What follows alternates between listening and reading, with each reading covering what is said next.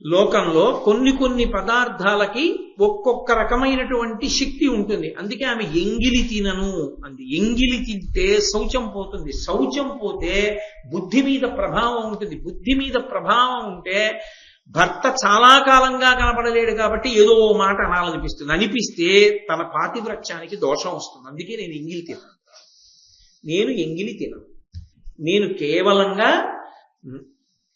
నా కొరకు అని ఇయ్యబడిన పదార్థం ఒక్కటే తింటాను, ఇంకొకరు తినగా మిగిలిన పదార్థాన్ని నేను తినను. అందుకని సైరంధ్రిని కనుక నన్ను దాసిగా చూడవద్దు అంది అని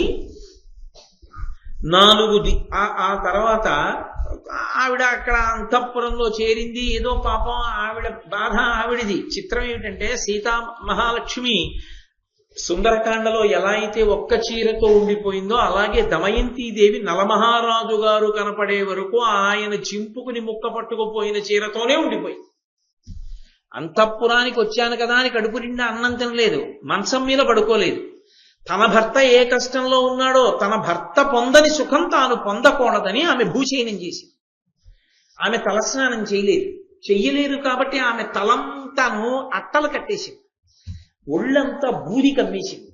కమ్మేసి ఆ చీర ముక్కతోనే ఆవిడ అలాగే ఉంది. ఆవిడ అక్కడ నలుడు అరణ్య మార్గంలో అలా ప్రయాణం చేస్తున్నాడు, ఆయన అలా వెడుతూనే ఉన్నాడు అడవిలో. ఎందుకని? ఆయనకి బయటపడడం ఇష్టం లేదు అసలు. దేనికి బయటికి రావాలి? భార్యన వదిలిపెట్టేశాడు, ఎవరి దగ్గరికి వెళ్ళి ఏం అడుగుతాడు? ఒకనాడు ధరణీ మండలాన్ని శాసించిన చక్రవర్తి ఎవరి దగ్గరికి వెళ్ళి ఏం అడుగుతాడు? కాబట్టి ఆయన ప్రశ్నకి జవాబు లేదు. అందరూ మహాభారతం చదువుకున్న ఒక్క పద్యాన్ని ఆధారం చేసుకుని అనేక కావ్యాలలో ఉన్న విషయాల్ని సంకలనం చేసుకుని సమీకరించి మనసులో ఆలోచించుకుని ఆ వ్యవస్థ యొక్క పవిత్రతని అర్థం చేసుకునేటటువంటి ప్రయత్నం చెయ్యడంలో కృతకృత్యులు కాగలరా? కాలేరు. కానీ దాన్ని అందించవలసినటువంటి అవసరం మాత్రం సమాజంలో దాన్ని చదువుకున్నటువంటి వాళ్ళ మీద ఉంటుంది.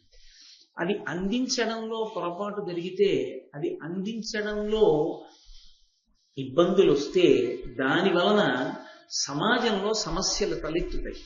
అటువంటి సమస్య తల ఎత్తకూడదు అంటే తప్పకుండా సంస్కృతి యందు ఉంచుకోగలగాలి. ఎందుకని అంటే మీరు ఒక్కటి బాగా జ్ఞాపకం పెట్టుకోవలసినటువంటి విషయం ఒకటి ఉంటుంది. వైవాహిక జీవితము కానీ వివాహము కానీ తన యొక్క వ్యక్తిగత సమస్య కాదు.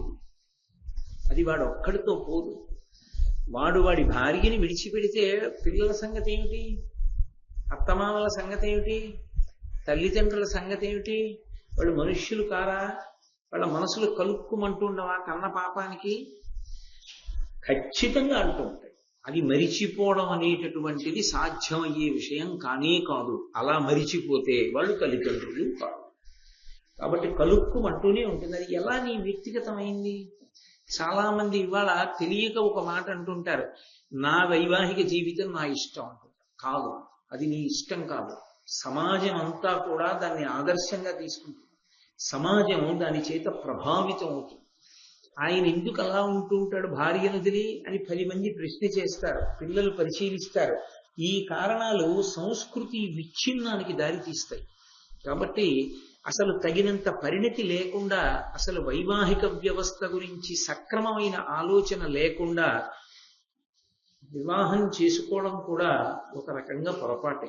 దాని గురించి సక్రమమైన అవగాహన ఏర్పడిన తర్వాత వివాహం చేసుకోవడం సమాజానికి వ్యక్తికి కూడా శ్రేయోదాయకం. అందుకే నన్నయ్య గారు ఎంత జాగ్రత్తగా పద్యరచన చేశారో చూడండి.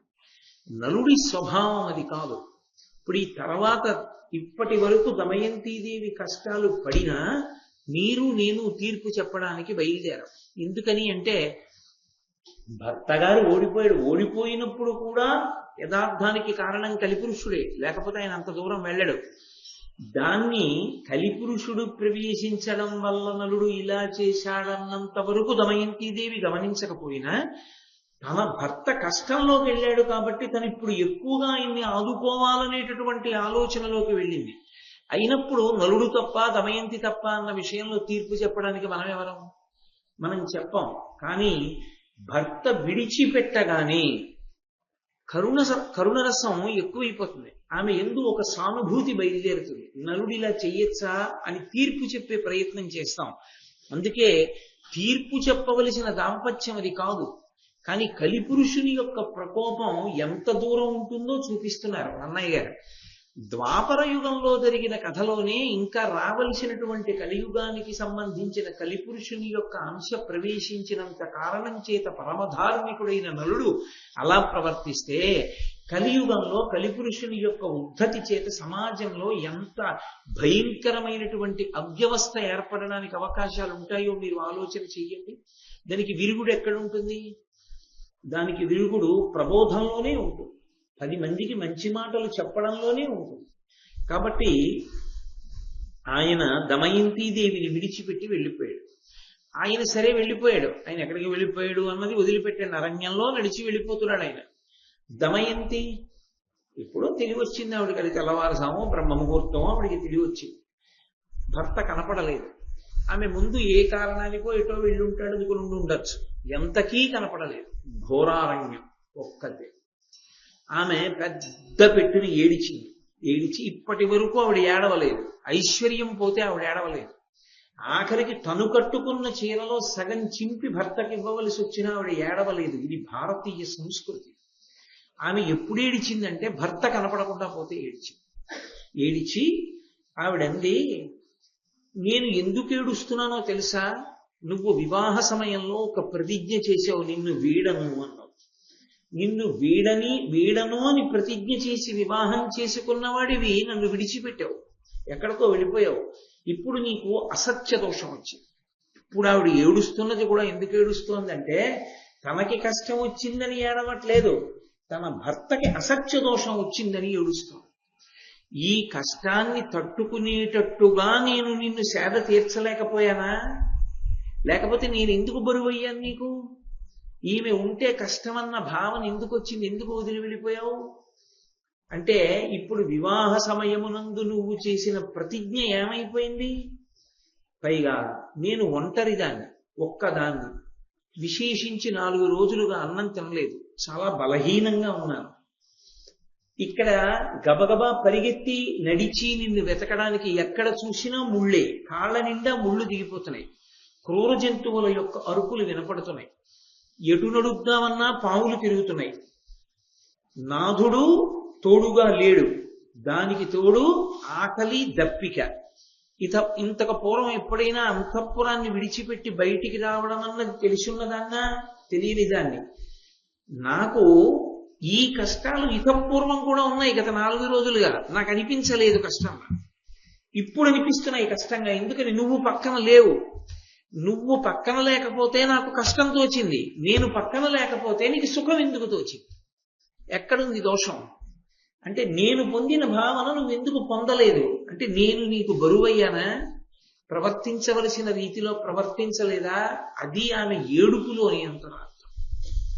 అంటే పాతివ్రత్యము అన్న మాటకి భారతీయ తత్వమునందు అంత వైభవాన్ని తీసుకొచ్చి కట్టబెట్టారు. మీకు పాతివ్రత్యము, పాతివ్రత్య వైభవము అన్నమాట భారతదేశం వినా ఇంకా ఏ దేశంలోనూ వినపడదు.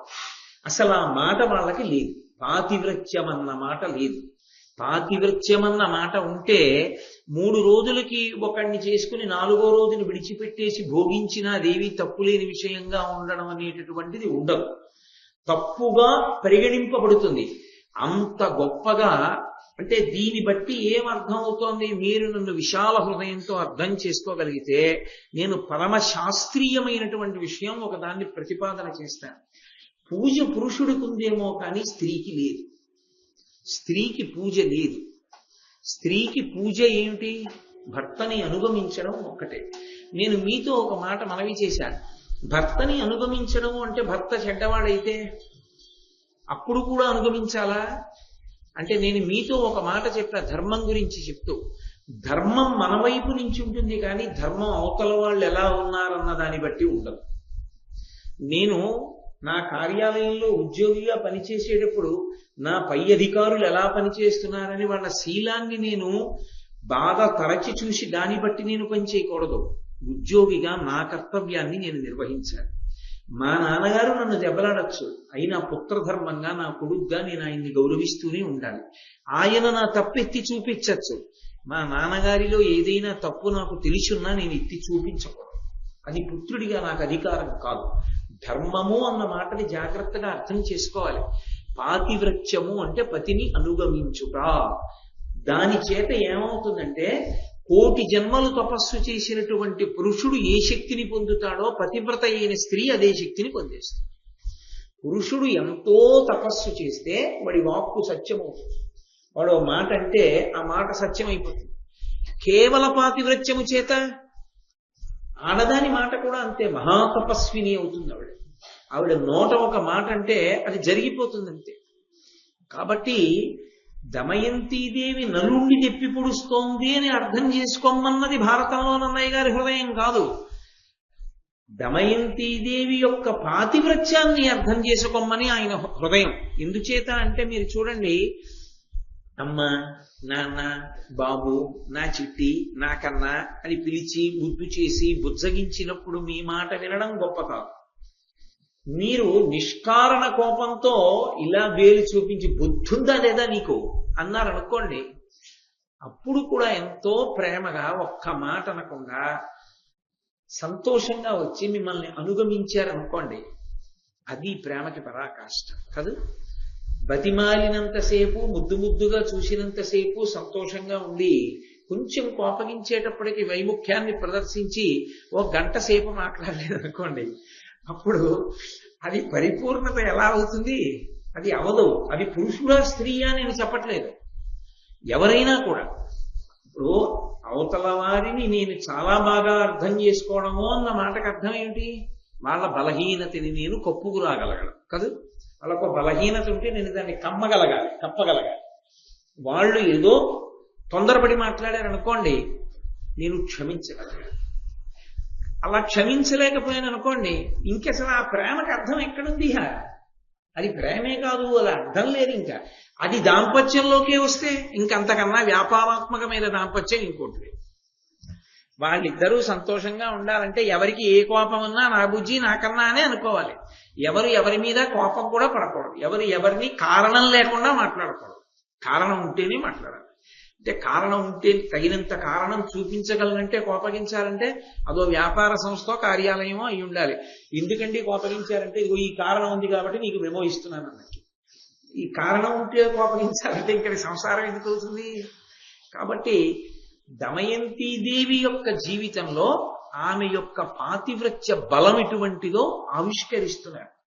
ఆ తల్లి ఇంత ఏడుస్తూ ఆ నలమహారాజు గారిని వెతుక్కుంటోంది, భర్తని వెతుక్కుంటున్న సమయంలో అకస్మాత్తుగా ఒక కొండ చిలువ వచ్చి పట్టేసుకున్నాడు. పట్టుకుని ఆవిడ్ని మింగేస్తుంటే ఆవిడ అంది, ఇంకనైనా నన్ను ఏల ఆలింపవు, నాకు శరణమగుము నాథా అనుచు అరచచున్న దాని ఆక్రందన ధ్వని వినుచు ఒక్క ఎరుకు వేగవచ్చి. ఆమె అప్పుడు ఏమందంటే, ఇప్పటిదాకా నేను నిన్ను వెతుకుతున్నాను, ఇప్పుడు ఇక నేను వెతకలేను. ఇప్పటిదాకా నాకు ఎంతో అంతో ఓపిక ఉంది కాబట్టి నన్ను నేను రక్షించుకున్నాను.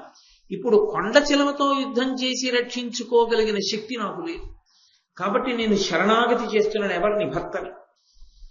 కాబట్టి శరణాగతి అన్న మాటకు అర్థం ఏంటి? ఒకవేళ నేను ఏదైనా దుడుకు పని చేసి ఉన్న కారణం చేత మీరు నా నుంచి దూరమైనా మీరే నాకు రక్షకులని భావన చేస్తున్నాను కనుక నా రక్షణ యందు నేను ఏ ఉపాయమును అనుష్ఠించలేను కనుక మీరు ఇప్పుడు వచ్చి రక్షించండి కనీసం.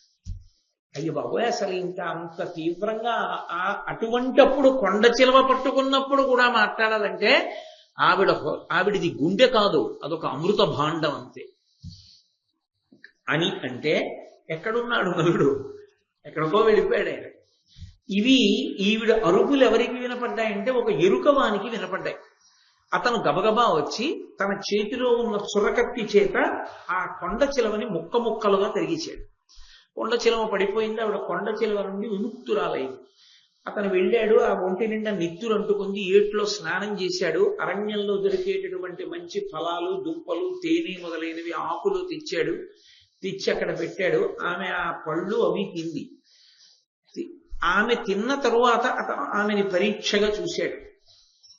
ఆమెలో అందం ఆయన కంటపడింది. కనబడగానే అతని మనసులో కలగకూడని కోరిక కలిగింది, కామ ప్రచోదనం అయింది. అయి ఆయన నోటి వెంట ఏ మాట రాకూడదో అటువంటి మాట వచ్చి అంత మహాపతివ్రతమైనటువంటి దమయంతీదేవితో కూడడానికి ఆయన సంకల్పం చేశాడు. అంతకన్నా ఇంకా సభాముఖంగా చెప్పవలసిన అవసరాలు ఉండవు, అర్థం చేసుకోవచ్చు. అగ్నిశిఖయుబోలే అంటను డాయను చూడరాని ఎట్టి శుభచరిత్ర ఎరుకలేని కరకుటెరుక అపేక్షించగా తనకు ఆయు అల్పమైన. ఎటువంటి తల్లిని అపేక్షించాడు? అగ్నిశిఖయు పోలే అంటను డాయను చూడరాని ఎట్టి శుభచరిత్ర. ఆమె అగ్నిశిఖని నోట్లో పెట్టుకుంటావా? అగ్నిశిఖని కౌగిలించుకుంటావా? మూట కట్టుకుంటావా? అగ్నిశిఖ ముట్టుకోవడానికి లేకపోతే దాన్ని దాచుకోవడానికి పనికొచ్చేది కాదు. అది కాల్చేస్తుంది. ఎంత గొప్ప ఉపమానం వేశారో చూడండి. అది అగ్నిశిఖ అని తెలియక ఎరుకలేని కరకుటెరుక అపేక్షించగా, ఆ విషయం తెలియనటువంటి ఒక ఎరుక ఆమెని అపేక్షించాడు. తనకు ఆయు అల్పమైన, తన ఆయుర్దాయం క్షీణించిపోయింది కాబట్టి అటువంటి ఆలోచన వచ్చింది. ఇందులో ఒక గొప్ప ఆర్షోక్తి దాచబడింది. పురుషుడికి అర్ధంతరంగా ఆయుర్దాయం పూర్తయిపోతుంది అని గుర్తు ఏమిటంటే పరస్త్రీ సంగమనందు అనురక్తి కలగడం. పరస్త్రీ సంగతోషేణ బహవో మరణంగతాః. పురుషుడి ఆయుర్దాయం అకస్మాత్తుగా క్షీణించి అర్ధాంతర మరణాన్ని ఎందుకు పొందుతాడు అంటే, అకాల మృత్యువుని ఎందుచేత పొందుతాడు అంటే పరాయి స్త్రీని కోరినటువంటి కారణం చేత. పరమ దారుణాతి దారుణమైనటువంటి విషయం ఏదైనా ఉంటే అదొక్కటే. కాబట్టి అసలు దాని జోలికి వెళ్ళడానికి వీల్లేదు. అటువంటి లక్షణం మహాపతివ్రత యందు ఎరుకకు పుట్టింది. వాడు ఎరుక లేనివాడు కావచ్చు, కానీ అందుకే అగ్నిశిఖ అని వేశారు.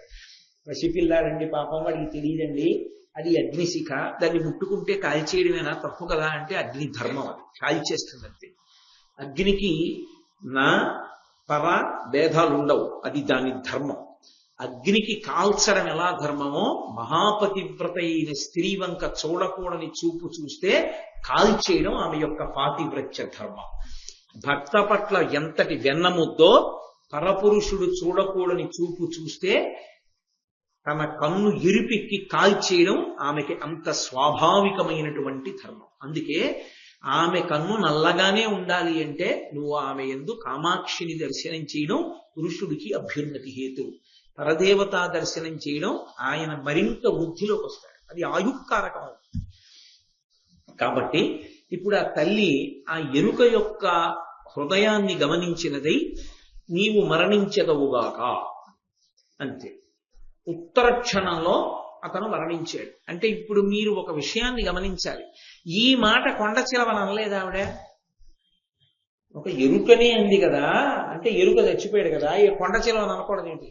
ఓ కొండ చిలవా నువ్వు మరణించదవుగాక అంటే కొండ చిలవ చచ్చిపోదా? కొండ చిలవని చంపడానికి పనికిరాని పాతివ్రత్యం ఎరుకని చంపడానికి పనికొచ్చిందా? అంటే ఒకవేళ శరీరం చచ్చిపోవలసి వస్తే, ప్రాణం పోవలసి వస్తే ఆవిడ పాతివ్రత్యాన్ని అడ్డు పెట్టదు, వదిలేస్తుంది. ప్రాణంతో ఉండి శీలాన్ని కోల్పోవలసి వస్తే పాతివ్రత్యాన్ని అడ్డు పెట్టదు.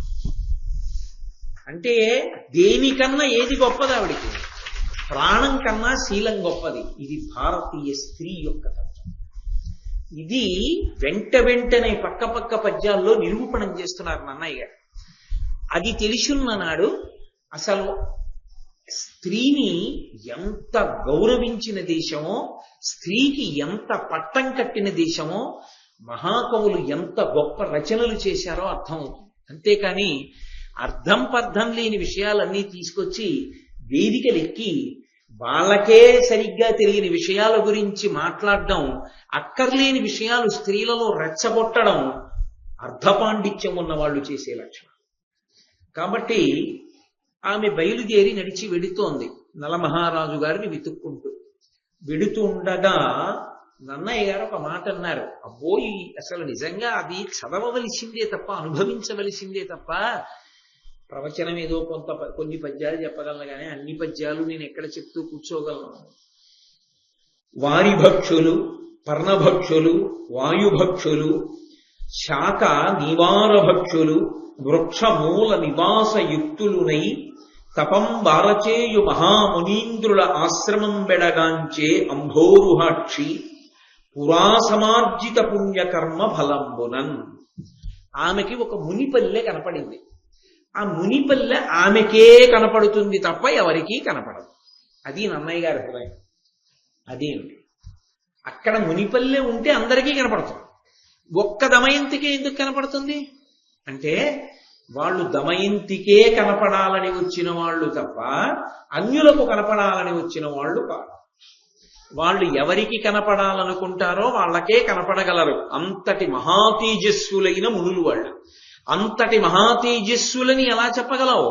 వాళ్ళ నియమ పాలనాన్ని బట్టి. వాళ్ళు వారిభక్షులు, పర్ణభక్షులు, కొంతమంది కేవలం నీళ్లు మాత్రమే తాగి ఎప్పుడూ తపస్సు చేస్తుంటారు. కొంతమంది పర్ణభక్షులు, వాళ్ళు ఆకులు మాత్రమే తింటారు.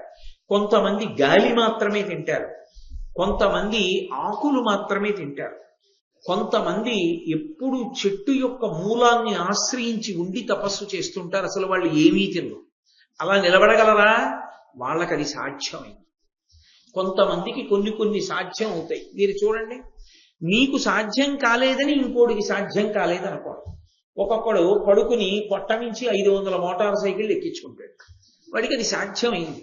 పేపర్లో వేస్తేను, టీవీలో చూపిస్తేను, నువ్వు చూస్తేను నమ్ముతావు. వాడు ఎక్కించుకున్నాడంటే వాడికి ఒక సన్మానం చేస్తావు. ఒక మునిపల్లె అలా తపస్సు చేయగలిగిన వాళ్ళు ఉన్నారు అంటే నువ్వు చూడలేదు కాబట్టి ఉండరు అంటే అంతకన్నా అన్యాయమైన విషయం లోకంలో ఇంకోటి లేదు. అదే నిజమైతే ఈ భూమి తిరుగుతోంది అన్నది కూడా నీకు తెలియదు. భూమి తిరగడం నువ్వు చూసావా ఎప్పుడైనా? మరి నువ్వు చూడకపోయినా భూమి తిరుగుతోందిగా. మరి భూమి తిరుగుతున్నది నీకు కనపడకపోయినా నువ్వు అంగీకరించినప్పుడు మహాతేజస్సులైనటువంటి వారు తాము కనపడాలనుకున్న వాళ్ళకి కనపడతారని నన్నయ్య గారు చెప్తే నువ్వు నమ్మాలి. నేను నమ్మానంటే నీ ఒక్క దానికి పరిష్కారం లేదు.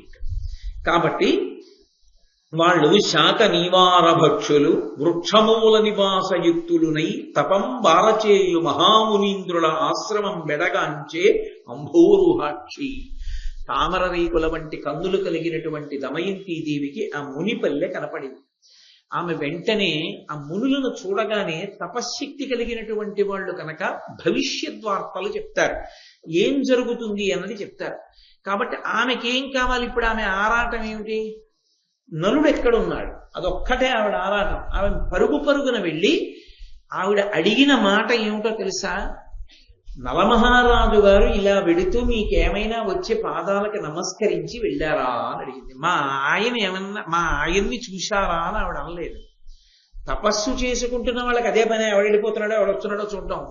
వాళ్ళు చూడరు. వాళ్ళు ఎందుకు చూడాలి?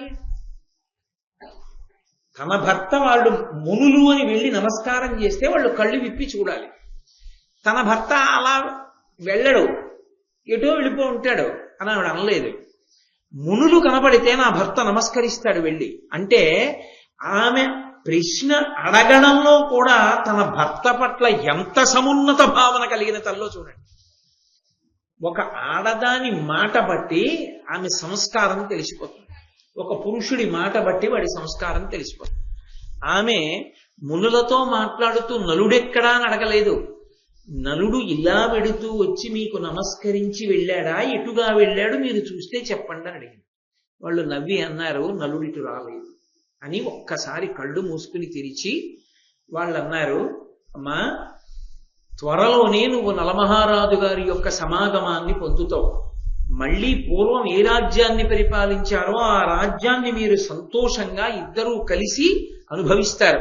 సమస్త సుఖములను, సమస్త సంపదలను అనుభవిస్తావు.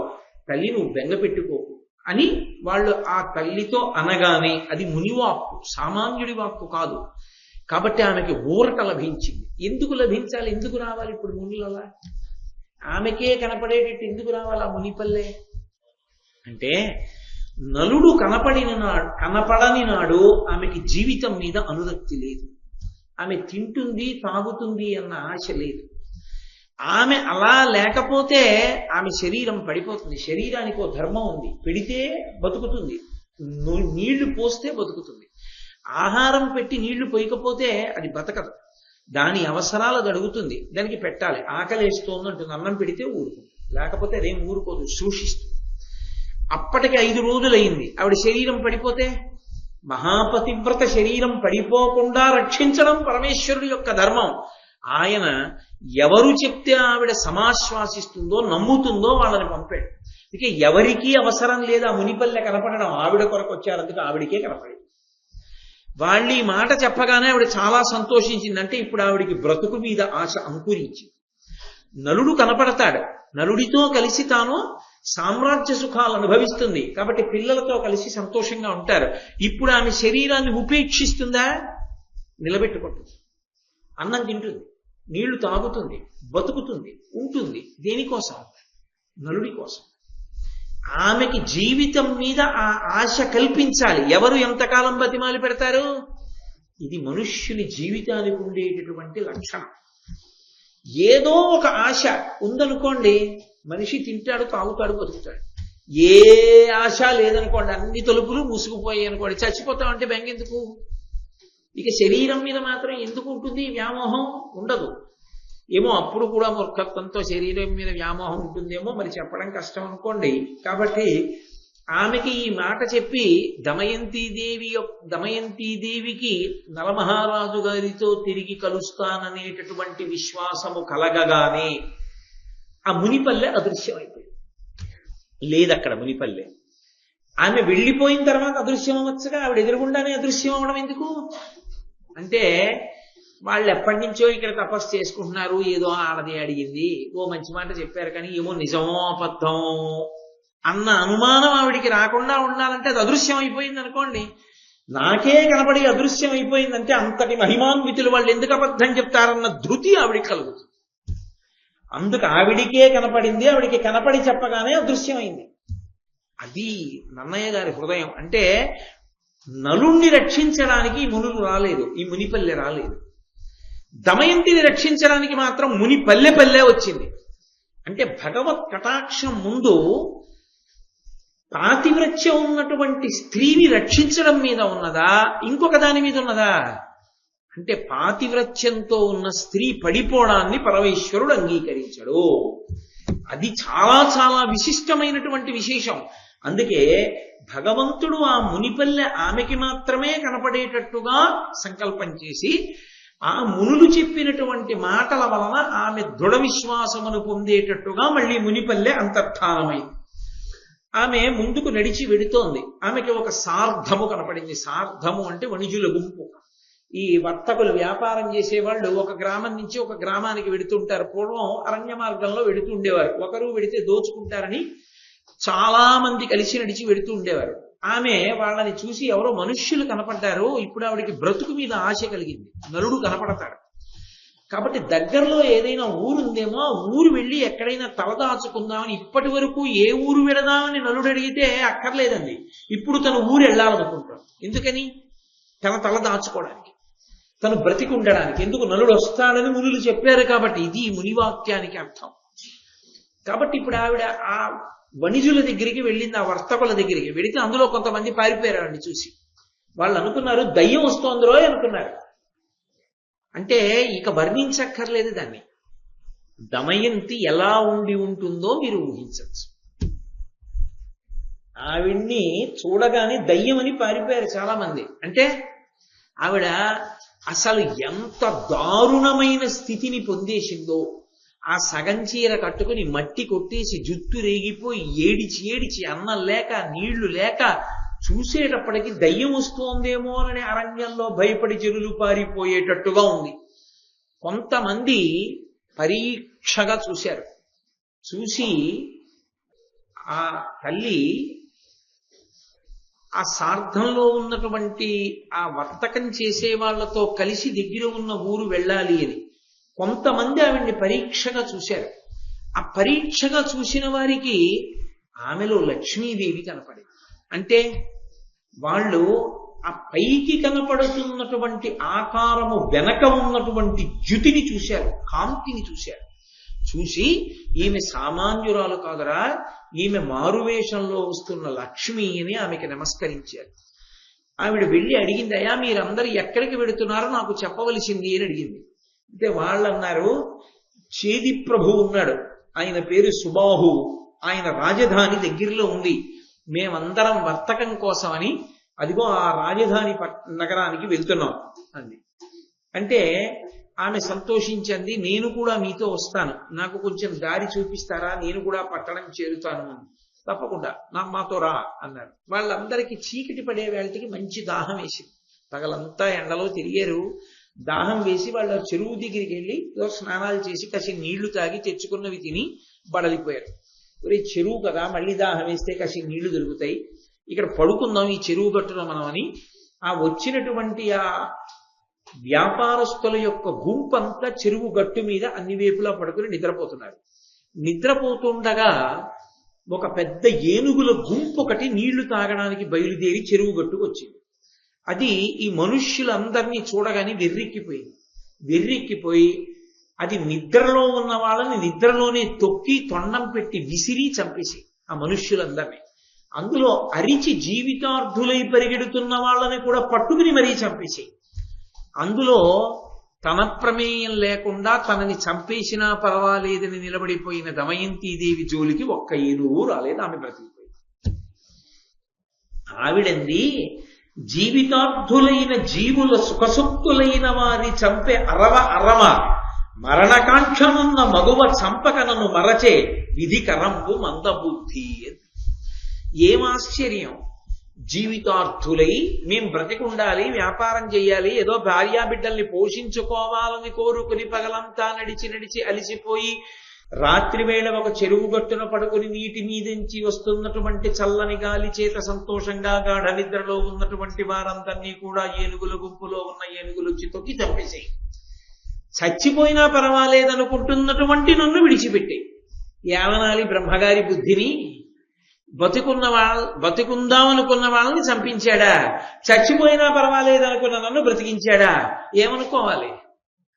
అందుకే లోకంలో ఒక సామెత ఉంది, అంటే అది దమయంతీదేవికి వర్తించదు సుమండి. లోకంలో ఒక మాట అంటుంటారు, పాపి చిరాయుహు సుకృతి గతాయుహు అంటుంటారు. అది విని కొంతమంది పుణ్యం చేయడానికి భయపడుతుంటారు. పాపం చేస్తే చాలా కాలం బ్రతుకుతారు, పుణ్యం చేస్తే తొందరగా వెళ్ళిపోతారు. అంటే వెళ్ళిపోతాం కదండి, ఎందుకు పుణ్యం లేనిపోని కూడా కొంత పాపం కూడా ప్రయత్నపూర్వకంగా చేస్తే పోదా అనుకుంటుంటారు. అది కాదు దాని ఉద్దేశం. పాపీ చిరాయుహు అన్న మాటకు అర్థం ఏంటంటే, ఈ శరీరాన్ని పరమేశ్వరుడు ఎందుకు ఉంచుతాడంటే పాపముల ఫలితాన్ని అనుభవింపజేయడానికి. అన్ని రకాల కష్టాలు పెట్టి ఇది బాధపడుతుంటే దాని వలన వాడు చేసుకున్న పాపాలు పోయేట్టు చేయడానికి దీన్ని ఉంచుతాడు. ఏ పాపాలు లేని వాడికి, అన్ని పుణ్యాలు చేసిన వాడికి ఈ శరీరంతో ఇక్కడ ఉండవలసిన అవసరమే ఉంది, దేవలోకానికి పోదు కానివని ఇందులోంచి విడిపిస్తాడు. అందుకని పాపాలు చెయ్యాలని కోరుకోకూడదు. పాపాలు చేస్తే దీంతో ఉంటే చాలా కష్టం అనుభవిస్తాడని దాని అర్థం. పాపీ చిరాయుహు సుకృతి గతాయుహు అన్నమాట. అంతేగాని పాపం చేస్తే ఎక్కువ కాలం బతుకుతారు, పుణ్యం చేస్తే తక్కువ కాలం బతుకుతారు అని వాచ్యార్థం చేసి సిద్ధాంతీకరించకూడదు దాన్ని. కాబట్టి దమయంతీదేవి ఇలా ఆశ్చర్యపోయి ఆ కొద్ది మంది మిగిలినటువంటి బ్రాహ్మణులు కొంతమంది బతికారు అందులో. ఆ బ్రాహ్మణులతో కలిసి ఆమె చేదిదేశ రాజధాని నగరాన్ని చేరుకుని రాజమార్గంలో నడిచి వెళుతోంది. రాజమాత అంతఃపుర గవాక్షంలోంచి చూసింది. ఆ పక్కన ఉన్నటువంటి దాసిని పిలిచి అంది, ఆ నడిచి వెడుతున్నటువంటి స్త్రీని చూశావా? అపారమైన తేజోమూర్తి, పైకి అలా ఉంది కానీ వెనక చాలా కాంతి ఉంది ఆమెలో. ఆమె సాధారణ స్త్రీ కాదు. ఆమె ఎందుకు అలా వెడుతోంది? ఆమెని చూస్తే నాకు అనురక్తి కలుగుతోంది, నాకు ఆమెను చూస్తే ఏదో బాంధవ్యం లాగుతోంది, ఎందుకో ఆవిడ్ని పిలవాలనిపిస్తోంది, ఎందుకో ప్రేమతో పలకరించాలనిపిస్తోంది. ఇలా తీసుకురా. మన వాళ్ళు అంటుంటారే రక్త సంబంధం అండి లాగుతుంది అంటారు, చూశారు? ఎంత గుప్తంగా దాచారో నన్నయ్య గారు. ఇక్కడెక్కడ ఈ మాటకి తాత్పర్యం ఏమిటో చెప్పలేదు. ఈ మాటకి తాత్పర్యం ఏమిటో తర్వాత చెప్తారు. కానీ ఇది మర్చిపోకూడదు. ఈ మాటలు మాత్రం గుర్తుపెట్టుకోవాలి, రాజమాత అన్న మాటలు. అంటే ఆ దాసి వెళ్ళి గబగబా ఆవిడ్ని తీసుకొచ్చింది. ఎవరమ్మా నువ్వు, ఎందుకు ఇలా ఉన్నావు అని అడిగింది. అడిగితే ఈ దమయంతీదేవి ఏంది, అమ్మా, నేను నా భర్త కలిసి అరణ్య మార్గంలో బయలుదేరాం. నా భర్త ప్రభువు, రాజ్యాలు నిలినవాడు. కానీ మేమిద్దరం కష్ట సుఖాలలో ఒకరికొకరం తోడై ఉండాలనుకుని కష్టకాలమునందు అరణ్యంలో వెడుతూ ఇద్దరం కలిసి పడుకున్నాం. నా భర్త నన్ను విడిచిపెట్టి వెళ్ళిపోయాడు ఒక రాత్రి వేళ అని చెప్పలేదు దమయంతి. ఆ మాట ఆవిడ అనదు. ఆయన ఎందుకు వెళ్ళారో ఆవిడ ఎంతసేపు ఆలోచించినా ఆవిడ ఉద్దేశం ఏంటంటే, నేను ఆయనకి ఎందుకు బరువు అయ్యానో తప్ప ఆయన నన్ను విడిచిపెట్టి వెళ్ళిపోయేటటువంటి హృదయం ఉన్నవాడు కాదు. అది ఆమె పాతివ్రత్యం, ఆవిడ గొప్పతనం. అసలు ఆ ఆలోచన ధోరణికి ఉన్నటువంటి స్వచ్ఛత, ఆ పవిత్రత అది రాదు. అది చాలా చాలా కష్టం. అసలు దోషం అంటే అవతల వారి మీద పెట్టడం, సాధితం అంటే మన మీద పెట్టుకోవడం అన్నది నాబోటిగాడికి అలవాటు. కానీ కొంతమంది ఎంత స్వచ్ఛంగా ఉంటాయో హృదయాలు. నాకు ఆ మాట అంటుంటే ఒకటి గుర్తొస్తుంటుంది. నేను కాలేజీలో చదువుకునే రోజుల్లో మా ఇంటి పక్కన వాళ్ళకు పాప ఉండేది. ఆ పాప మా ఇంటికి వచ్చి ఆడుకుంటుండేది. అది పాలు తాగుతుంటే ఆ గ్లాసుకి చేయి తగిలి పడిపోతే ఆ గ్లాసు విరిగిపోయింది, పాలు ఒలిగిపోయింది. వాళ్ళ అమ్మ విని చప్పుడు వచ్చింది కాబా. వాళ్ళ అమ్మ కొడుతుందేమో అని నేనన్నాను, గ్లాస్ పడిపోయి పాలు ఒలిగిపోయాయండి అన్నాను. అంటే ఆ పిల్లంది గ్లాసు పడిపోలేదు, నా చెయ్యి తగిలి పడిపోయింది. నాకు మతిపోయింది. నేను అబద్ధం చెప్పాను. అప్పుడేమిటి ఇప్పటికీ చెప్తున్నాను, గ్లాసు పడిపోయింది అంటాను. గ్లాస్ ఎందుకు పడిపోతుంది? గ్లాస్ ఏం పడిపోదు, నేనే పడేస్తాను. ఏదో మాట్లాడుతూ ఏదో చూస్తూ అస్తమానం చేతులు ఊపడం అలవాటు అయిపోయి ఏదో ఇలా అన్నలా చేయి తగిలి పడిపోతే నేనే నా చెయ్యి సక్రమంగా గ్లాస్ అక్కడ ఉందని చూడక అర్థరహితంగా ఊపితే తగిలి పడిపోయింది అంటానేంటి? గ్లాసు పడిపోయింది, కొంచెం మంచినీళ్ళు పెట్టంట. గ్లాస్ ఏం పడిపోలేదు. అబద్ధం ఆడి బ్రతకడం అలవాటు అయిపోయి ఆ మాట వచ్చిందంటే పసిపిల్లకి అది రాక ఉన్న మాట ఉన్నట్టు చెప్పి.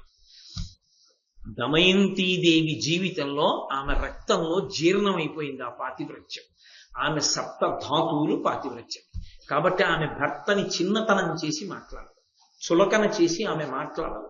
ఆమె అంత గౌరవంగా మాట్లాడుతుంది. అందుకే ఆమె అంది, విధి పరిపాకం చేత మేము ఒక చోట నిద్రపోతుండగా మోసగింపబడ్డానమ్మా.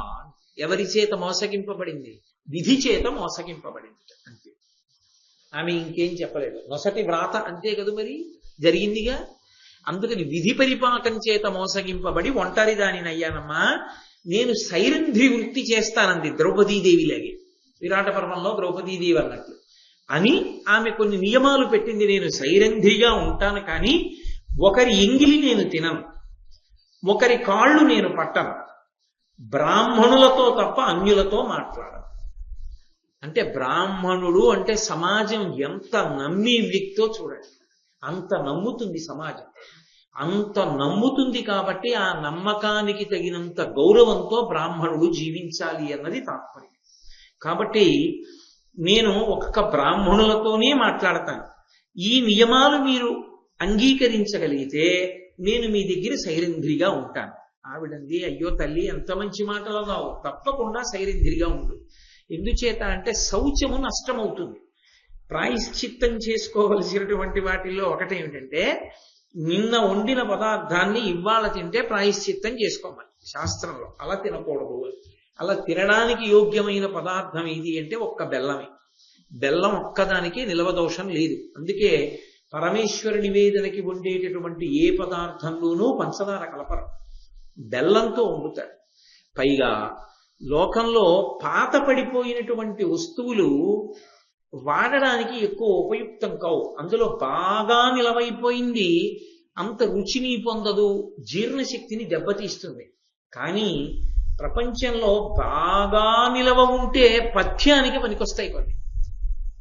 అది కూడా ఎటువంటి వాళ్ళ పథ్యానికి?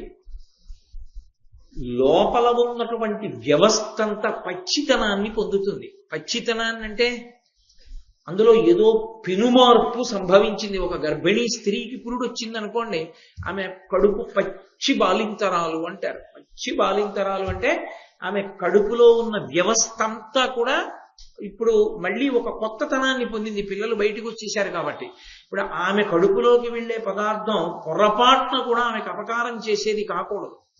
అందుకే పూర్వం ప్రత్యేకించి పేదరాలికి పురుడొచ్చింది అంటే అందరూ గబగబా పథ్యం చేసే పదార్థాలు పంపించేవారు.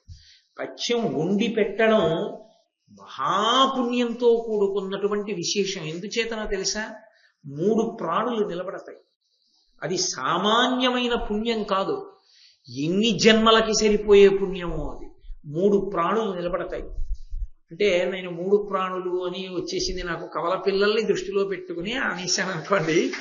2 ప్రాణులు అనుకోండి. ఎందుచేత అంటే తల్లి, మరి ఆ పథ్యం తిని కదా తల్లి బతుకుతుంది. ఆమెకు అనారోగ్యం రాకూడదు. ఆమెకు అనారోగ్యం వస్తే పాలాగిపోతాయి. పాలాగిపోతే పిల్లలేరి ఎలా బతుకుతారు వాళ్ళు? ఆ తల్లికి అనారోగ్యం రాకూడదు. ఆ తల్లి ఆరోగ్యంగా ఉండాలి. ఆమె యందు పాలు సృజింపబడాలి. ఆ పాలు తాగి పిల్లలు బతుకుతారు. ఆమె ఆరోగ్యవంతమైన పదార్థం తింటేనే పిల్లలు ఆరోగ్యంగా ఉంటారు, లేకపోతే వాళ్ళకే పరిశుద్ధంగా వస్తుంది.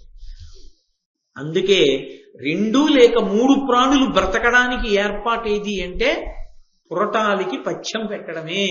అందుకే పెద్దరికానికి పరాకాష్ఠ ఏమిటంటే, పూర్వం చెప్పుకునేవారు ఘనంగా, నేను ఇంతమందికి పథ్యం వండి పెట్టానండి, అంతమందికి పథ్యం పెట్టిందాన్ని అనేవారు. అంటే వాళ్ళ చెయ్యి ఎంత మంచిదో మీరు ఆలోచించాలి. ఆ చేతి అన్నం పురటాలకి పాలు పట్టేట్టు చేసింది. అంటే ఆ హృదయాలు ఎంత మంచివో, వాళ్ళు ఎంత గౌరవానికి అర్హులో, వాళ్ళు ఎంతటి పూజనీయులో అర్థమవుతుంది. అంత మంచి హృదయం ఉన్నవాళ్ళు అని. అందుకే కొన్ని పదార్థములు నిలవున్న కొద్దీ పథ్యానికి పనికొస్తాయి. ఎవరికి పథ్యానికి? పురటాలి పథ్యానికి కూడా పనికొస్తాయి. అందులో ఒకటి బెల్లం. అందుకే కదా పాత బెల్లం పంపిస్తుంటారు. ఆ ఇంట్లో పురటాలు ఉంది అంటే పాత బెల్లం పంపిస్తారు. ఎందుకంటే పాత బెల్లంతో ఉండి కాయం తయారు చేసి ఇస్తారు. తింటుంటారు పురటాలు. సరే, అది వేరే విషయం అనుకోండి. ఈ విషయాలు మీకు ఈ మధ్య బాగా తెలిసే అనుకోకండి. కాబట్టి ఆ బెల్లానికి పాత పడిన కొద్దీ పథ్యంగా ఉండగలిగినటువంటి శక్తి ఉన్నట్లే లోకంలో కొన్ని పదార్థాలకి ఒక్కొక్క రకమైనటువంటి శక్తి ఉంటుంది. అందుకే ఆమె ఎంగిలి తినను అంది. ఎంగిలి తింటే శౌచం పోతుంది. శౌచం పోతే బుద్ధి మీద ప్రభావం ఉంటుంది. బుద్ధి మీద ప్రభావం ఉంటే భర్త చాలా కాలంగా కనపడలేడు కాబట్టి ఏదో మాట అనాలనిపిస్తుంది. అనిపిస్తే తన పాతివ్రత్యానికి దోషం వస్తుంది. అందుకే నేను ఎంగిలి తినను. నేను కేవలంగా నా కొరకు అని ఇయ్యబడిన పదార్థం ఒక్కటే తింటాను. ఇంకొకరు తినగా మిగిలిన పదార్థాన్ని నేను తినను. అందుకని సైరంధ్రిని కనుక నన్ను దాసిగా చూడవద్దు అంది అని 4 ఆ తర్వాత ఆవిడ అక్కడ అంతఃపురంలో చేరింది. ఏదో పాపం ఆవిడ బాధ ఆవిడిది. చిత్రం ఏమిటంటే, సీతా మహాలక్ష్మి సుందరకాండలో ఎలా అయితే ఒక్క చీరతో ఉండిపోయిందో, అలాగే దమయంతీదేవి నలమహారాజు గారు కనపడే వరకు ఆయన చింపుకుని ముక్క పట్టుకుపోయిన చీరతోనే ఉండిపోయింది. అంతఃపురానికి వచ్చాను కదా అని కడుపు నిండా అన్నం తినలేదు, మంచం మీద పడుకోలేదు. తన భర్త ఏ కష్టంలో ఉన్నాడో, తన భర్త పొందని సుఖం తాను పొందకూడదని ఆమె భూచయనం చేసింది. ఆమె తలస్నానం చెయ్యలేదు కాబట్టి ఆమె తలంతాను అట్టలు కట్టేసింది. ఒళ్ళంతా బూది కమ్మేసి ఆ చీర ముక్కతోనే ఆవిడ అలాగే ఉంది. అక్కడ నలుడు అరణ్య మార్గంలో అలా ప్రయాణం చేస్తున్నాడు. ఆయన అలా వెడుతూనే ఉన్నాడు అడవిలో. ఎందుకని? ఆయనకి బయటపడడం ఇష్టం లేదు అసలు. దేనికి బయటికి రావాలి? భార్యన వదిలిపెట్టేశాడు. ఎవరి దగ్గరికి వెళ్ళి ఏం అడుగుతాడు? ఒకనాడు ధరణీ మండలాన్ని శాసించిన చక్రవర్తి ఎవరి దగ్గరికి వెళ్ళి ఏం అడుగుతాడు? కాబట్టి ఆయన ప్రశ్నకి జవాబు లేదు. దమయంతి బాధకి ఒక చిన్న వెలుతురు రేఖ ఒకటి దొరికింది. ఆ వెలుతురు రేఖ దమయంతికి దొరికితే సరిపోతుందా? నలుడు దగ్గరయ్యే మార్గం దొరకాలి. ఇప్పుడు మునివాక్యం నిజమవ్వాలి అంటే దమయంతి ఒక్కత్తి ఎదురు చూస్తూ కూర్చుంటే సరిపోతుందా? నలుడు ఆమెకి భర్త అయ్యే అవకాశం, రాజయ్యే అవకాశం దొరకాలా? అంటే ఇప్పుడు మునివాక్యం ఏమవ్వాలి? ఈయనకి కలిపురుషుడు విడిచిపెట్టడానికి, ఈయన ఎక్కడో ఆశ్రయం పొందడానికి, నన్ను బయటికి వస్తే గుర్తుపట్టేస్తారనేటటువంటి బెంగ నుంచి ఈమెకి ఒక మార్గాంతరాన్ని దొరికేటట్టుగా పరిస్థితుల యందు మార్పు కల్పించేదై వాళ్ళ వాగ్బలము పనిచేయాలి. అందుకొచ్చింది ఆ మునిపల్లె. కానీ ఆవిడకి ఒక్కతికి కాదు ఆశీర్వచనం, నలుడికి కూడా అది. కాబట్టి ఇప్పుడు అకస్మాత్తుగా ఏమైంది? దావానలం చుట్టుముట్టి పెద్ద మంట అరణ్యాన్నంతటినీ చుట్టేసింది. ఈ అరణ్యాన్నంతటినీ చుట్టేస్తే నలుడు పరిగెత్తి పారిపోవాలి. కానీ ఆయనకి పెద్ద ఆసక్తి లేదు. ఎందుకని తనంత తాను చచ్చిపోడు ధర్మ విరుద్ధం కనుక. దావానలం చుట్టేస్తే ఎవరి కోసం బతకాలి, ఎందుకోసం బతకాలి, అడవిలో తిరగడమే కాక అతను అలాగే ఉన్నాడు. కానీ అది నలుని యొక్క గొప్పతనం. 4 దిశలను దావజ్వాలావలిక విసే మ్రంది చానోప మహీపాలక నన్నొక్క సరసీ కూలము చేరంగ నెత్తుకుని పొమ్ము దయన్. ఓ మహీపాల, మహారాజా నన్ను రక్షించు రక్షించు అని కేకలు వినపడ్డాయి. ఆ కేకలు ఎక్కడి నుంచి వినపడుతున్నాయో అక్కడికి ఆ మంటలోకి ఒక్క దూకాడు. చూస్తే పెద్ద పాము ఒకటి చుట్టలు చుట్టుకుని ఆ మంటల మధ్యలో కాలిపోవడానికి సిద్ధపడుతూ ఎటూ తప్పుకోలేక పడగలు విప్పి అటు ఇటు కొట్టుకుంటాం. నలమహారాజును చూడగానే పాముంది, వచ్చావా, గబగబా నన్ను ఎత్తుకో. ఇంత పెద్ద పావుని ఎలా ఎత్తుకుంటాననుకుంటున్నావా? నీవు చేత్తో ఇలా 2 చేతులతో పట్టుకోవడానికి వీలైనంత చిన్న పావునైపోతాను. నాగకుమారుణ్ణి, నన్ను ఇక్కడి నుంచి క్షోభపడిపోయాను ఈ సెగకి, నన్ను వెంటనే తీసుకెళ్లి ఏదైనా సరోవరం చెంతన దింపండి. ఆయన వెంటనే ఆ పావుని 2 చేతులతో పట్టుకుని మంటల మించి దూకి ఓ సరోవరం దగ్గరికి వెళ్ళి కింద పెట్టబోతున్నాడు. ఆ పావంది, నన్ను కింద పెట్టకు, ఒక్క 10 అడుగులు లెక్క పెట్టి 10వ అడుగు దాటగానే కింద పెట్టాడు. ఆయన 10 అడుగులు లెక్క పెట్టుకుంటూ ముందుకెళ్ళి 10వ అడుగు వేసి ఆ పావుని కింద పెడుతున్నాడు. అదొక్కసారి పెద్దదై ఆయన కాటు వెయ్యగానే అకస్మాత్తుగా నల్లగా మారిపోయి చేతులు పొట్టిగా అయిపోయి వికృతమైనటువంటి ఆకారాన్ని పొంది గూని వచ్చిన వాడిగా వంగిపోయాడు. వంగిపోతే ఆ పావంది ఆయన కర్కోటకుడు. ఆయన అన్నాడు, నేను నీకు కావాలనే ఇటువంటి రూపాన్ని కల్పించాను, నేను నీకు అపకారం చేశానని అనుకోకు. నువ్వు నీ రూపంతో ఉన్నంతకాలం నువ్వెవరిని ఆశ్రయించలేవు, గుర్తుపడతారని. ఈ రూపంతో నిన్ను ఎవ్వరూ గుర్తుపట్టారు. నీ రూపం మారిందేమో, నీ మేధా సంపత్తి అలాగే ఉంటుంది. మేధా సంపత్తికి దోషం రాదు, కానీ నీ రూపం మారిపోయింది. ఇప్పుడు నువ్వు ఏ రాజు దగ్గరికైనా వెళ్ళచ్చు, నీకు అభ్యంతరం రాదు, సరికదా. పిశాచములు రాక్షసులు నిన్ను ఆవహించలేరు, బాధ పెట్టలేరు. నీకు శత్రుభీతి ఉండదు. నా విషం నీ శరీరంలో ఉన్నంత కాలం నిన్ను శత్రువులు బాధ పెట్టరు. యుద్ధం జరిగితే నీకే విజయం సంప్రాప్తమవుతుంది. నా విషం నీ శరీరంలోకి ఎక్కిన కారణంగానే నువ్వు భార్యా సమాగమాన్ని పొందుతావు, పూర్వరాజ్యాన్ని పొందుతావు. నీకు మళ్ళీ ఎప్పుడు నీ యథారూపం కావాలనుకుంటున్నావో అప్పుడు నన్ను స్మరిస్తే ఒక దివ్యమైన వస్త్రం ఒకటి వస్తుంది. ఆ వస్త్రాన్ని నీ మీద కప్పుకో, నువ్వు మళ్ళీ నలుడిదైపోతావు. కాబట్టి నేను నీకు ఏదో అపకారం చేశానన్న భావన మనసులో పెట్టుకోకు. నువ్వు ఇప్పుడు ఎక్కడికి వెళ్ళాలో, ఎక్కడికి వెడితే నీ కథ సుఖాంతమవుతుందో కూడా నేను నీకు మార్గం చెప్తాను. ఎందుకు దావానలం పుట్టాలి, ఎందుకు కర్కోటకుడు ఇలా చెయ్యాలి, ఎందుకు కర్కోటకుడు మార్గం చెప్పాలి? మహాత్ముల మాట, మునిపల్లెలోని మునుల ఆశీర్వచనం మళ్ళీ ఇద్దరు కలవడానికి మార్గాన్ని సుగమం చేస్తోంది. కాబట్టి యథార్థం చెప్పాలంటే ఈ నలదమయంతుల కథ అంతా కూడా దమయంతీదేవి యొక్క పాతివ్రత్య ప్రభావ విశేషమే. నలుడి ధర్మం లేదని నేను ప్రతిపాదన చేయను, కానీ కలిపురుషుడు పాడు చేస్తున్నాడు లోపల నుంచి. ఆ కర్కోటకుడు అన్నాడు, ఇలా ప్రసిద్ధుడు ఋతుపర్ణుడెనుడు మహీషుడు ఇక్ష్వాకుకులజుండు నీకు సేవ్యుండవు.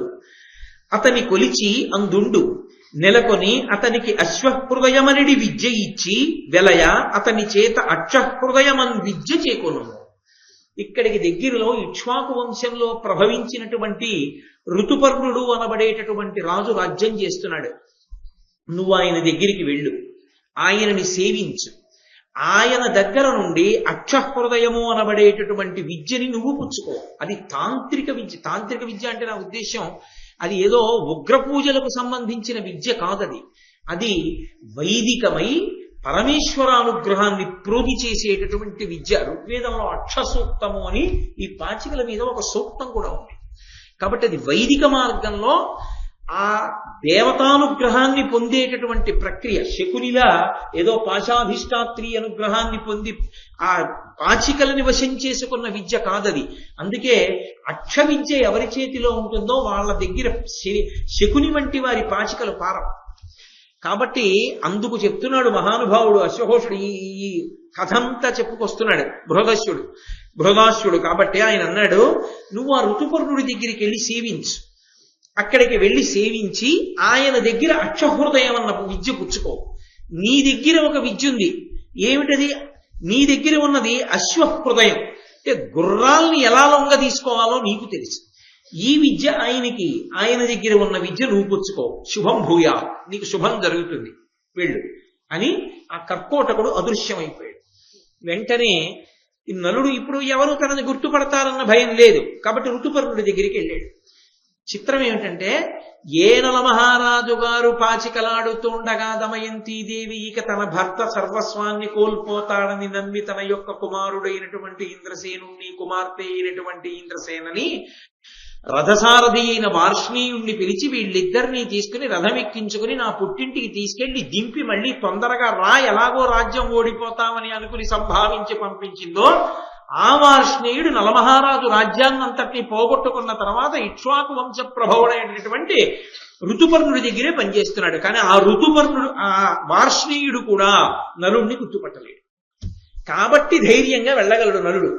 కాబట్టి ఇప్పుడు ఋతుపర్ణుడి దగ్గరికి వెళ్ళి అన్నాడు, నేను ఎంత పెంకి గుర్రాన్ని లొంగదీయగలను, గొప్ప శిల్ప విద్య వచ్చు, అది కాక నాకు గొప్ప వంట చెయ్యడం వచ్చు అన్నాడు. నిజానికి చాలా గొప్పగా వంట చెయ్యగలరు అనిపించుకున్న వాళ్ళు ప్రపంచంలో పురుషులే. నలభీమ పాకం అంటారు, బాగా వంట చెయ్యగలిగిన వాళ్ళు వాళ్లే. నేనేమి ఎవరిని చిన్నబుచ్చి నేను మాట్లాడను. అసలు నా ఉద్దేశ్యం, నా హృదయం అది కానీ కాదు. ఒక సత్యాన్ని మాట్లాడడం, ఒక పౌరాణికమైన విషయాన్ని ప్రతిపాదించడం వరకే నా హృదయం. అంతేగాని ఆయన ఏదో ధర్మం చెప్తాడు అని చెప్పి వినడానికి పరిగెత్తుకొచ్చిన వాళ్ళందరినీ చిన్నబుచ్చి మాట్లాడితే నాకు ఏమిటి కలిసి వస్తుంది?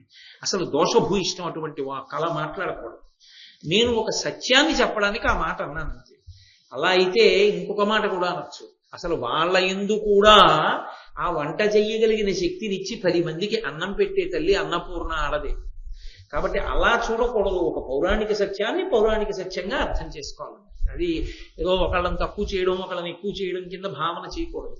కాబట్టి నలభీమ పాకం అంటారు. ఆ వంట చేయడానికి నలుడు, భీముడు అంతటి గొప్పవాళ్ళు. కాబట్టి నలుడు అన్నాడు, నేను బాగా వంట చేసి పెట్టగలను, కాబట్టి మహారాజా నన్ను మీ సేవలో వినియోగించుకోండి అన్నాడు. మహారాజు గారు ఆయన్ని తన సేవలో వినియోగించుకున్నాడు. ఇంతటి మహారాజు భయద కోదండ ఖడ్గముల్ పట్టు వీరుడు, గరిటెయు క్రోవియు పట్టెనీడు, విపుల కేసరినక్కట పిల్లి చేసే అధమ విధమున ఇట్టిదే విధికృతం. ఆయన పెంకి గుర్రాల్ని లొంగదీసి రాజుగారికి ఇస్తున్నాడు. రాజుగారికి వాళ్ళకి వంట చేసి పెడుతున్నాడు అందరికీ. ఇలా కాలం గడిచిపోతూ ఉండగా ఒకానొక సమయంలో ఒక రోజు రాత్రి పడుకున్నాడు. ఆ రోజు రాత్రి అప్పటి నుంచి ప్రతిరోజు దమయంతీదేవి జ్ఞాపకానికి వస్తోంది. ఎందుకని?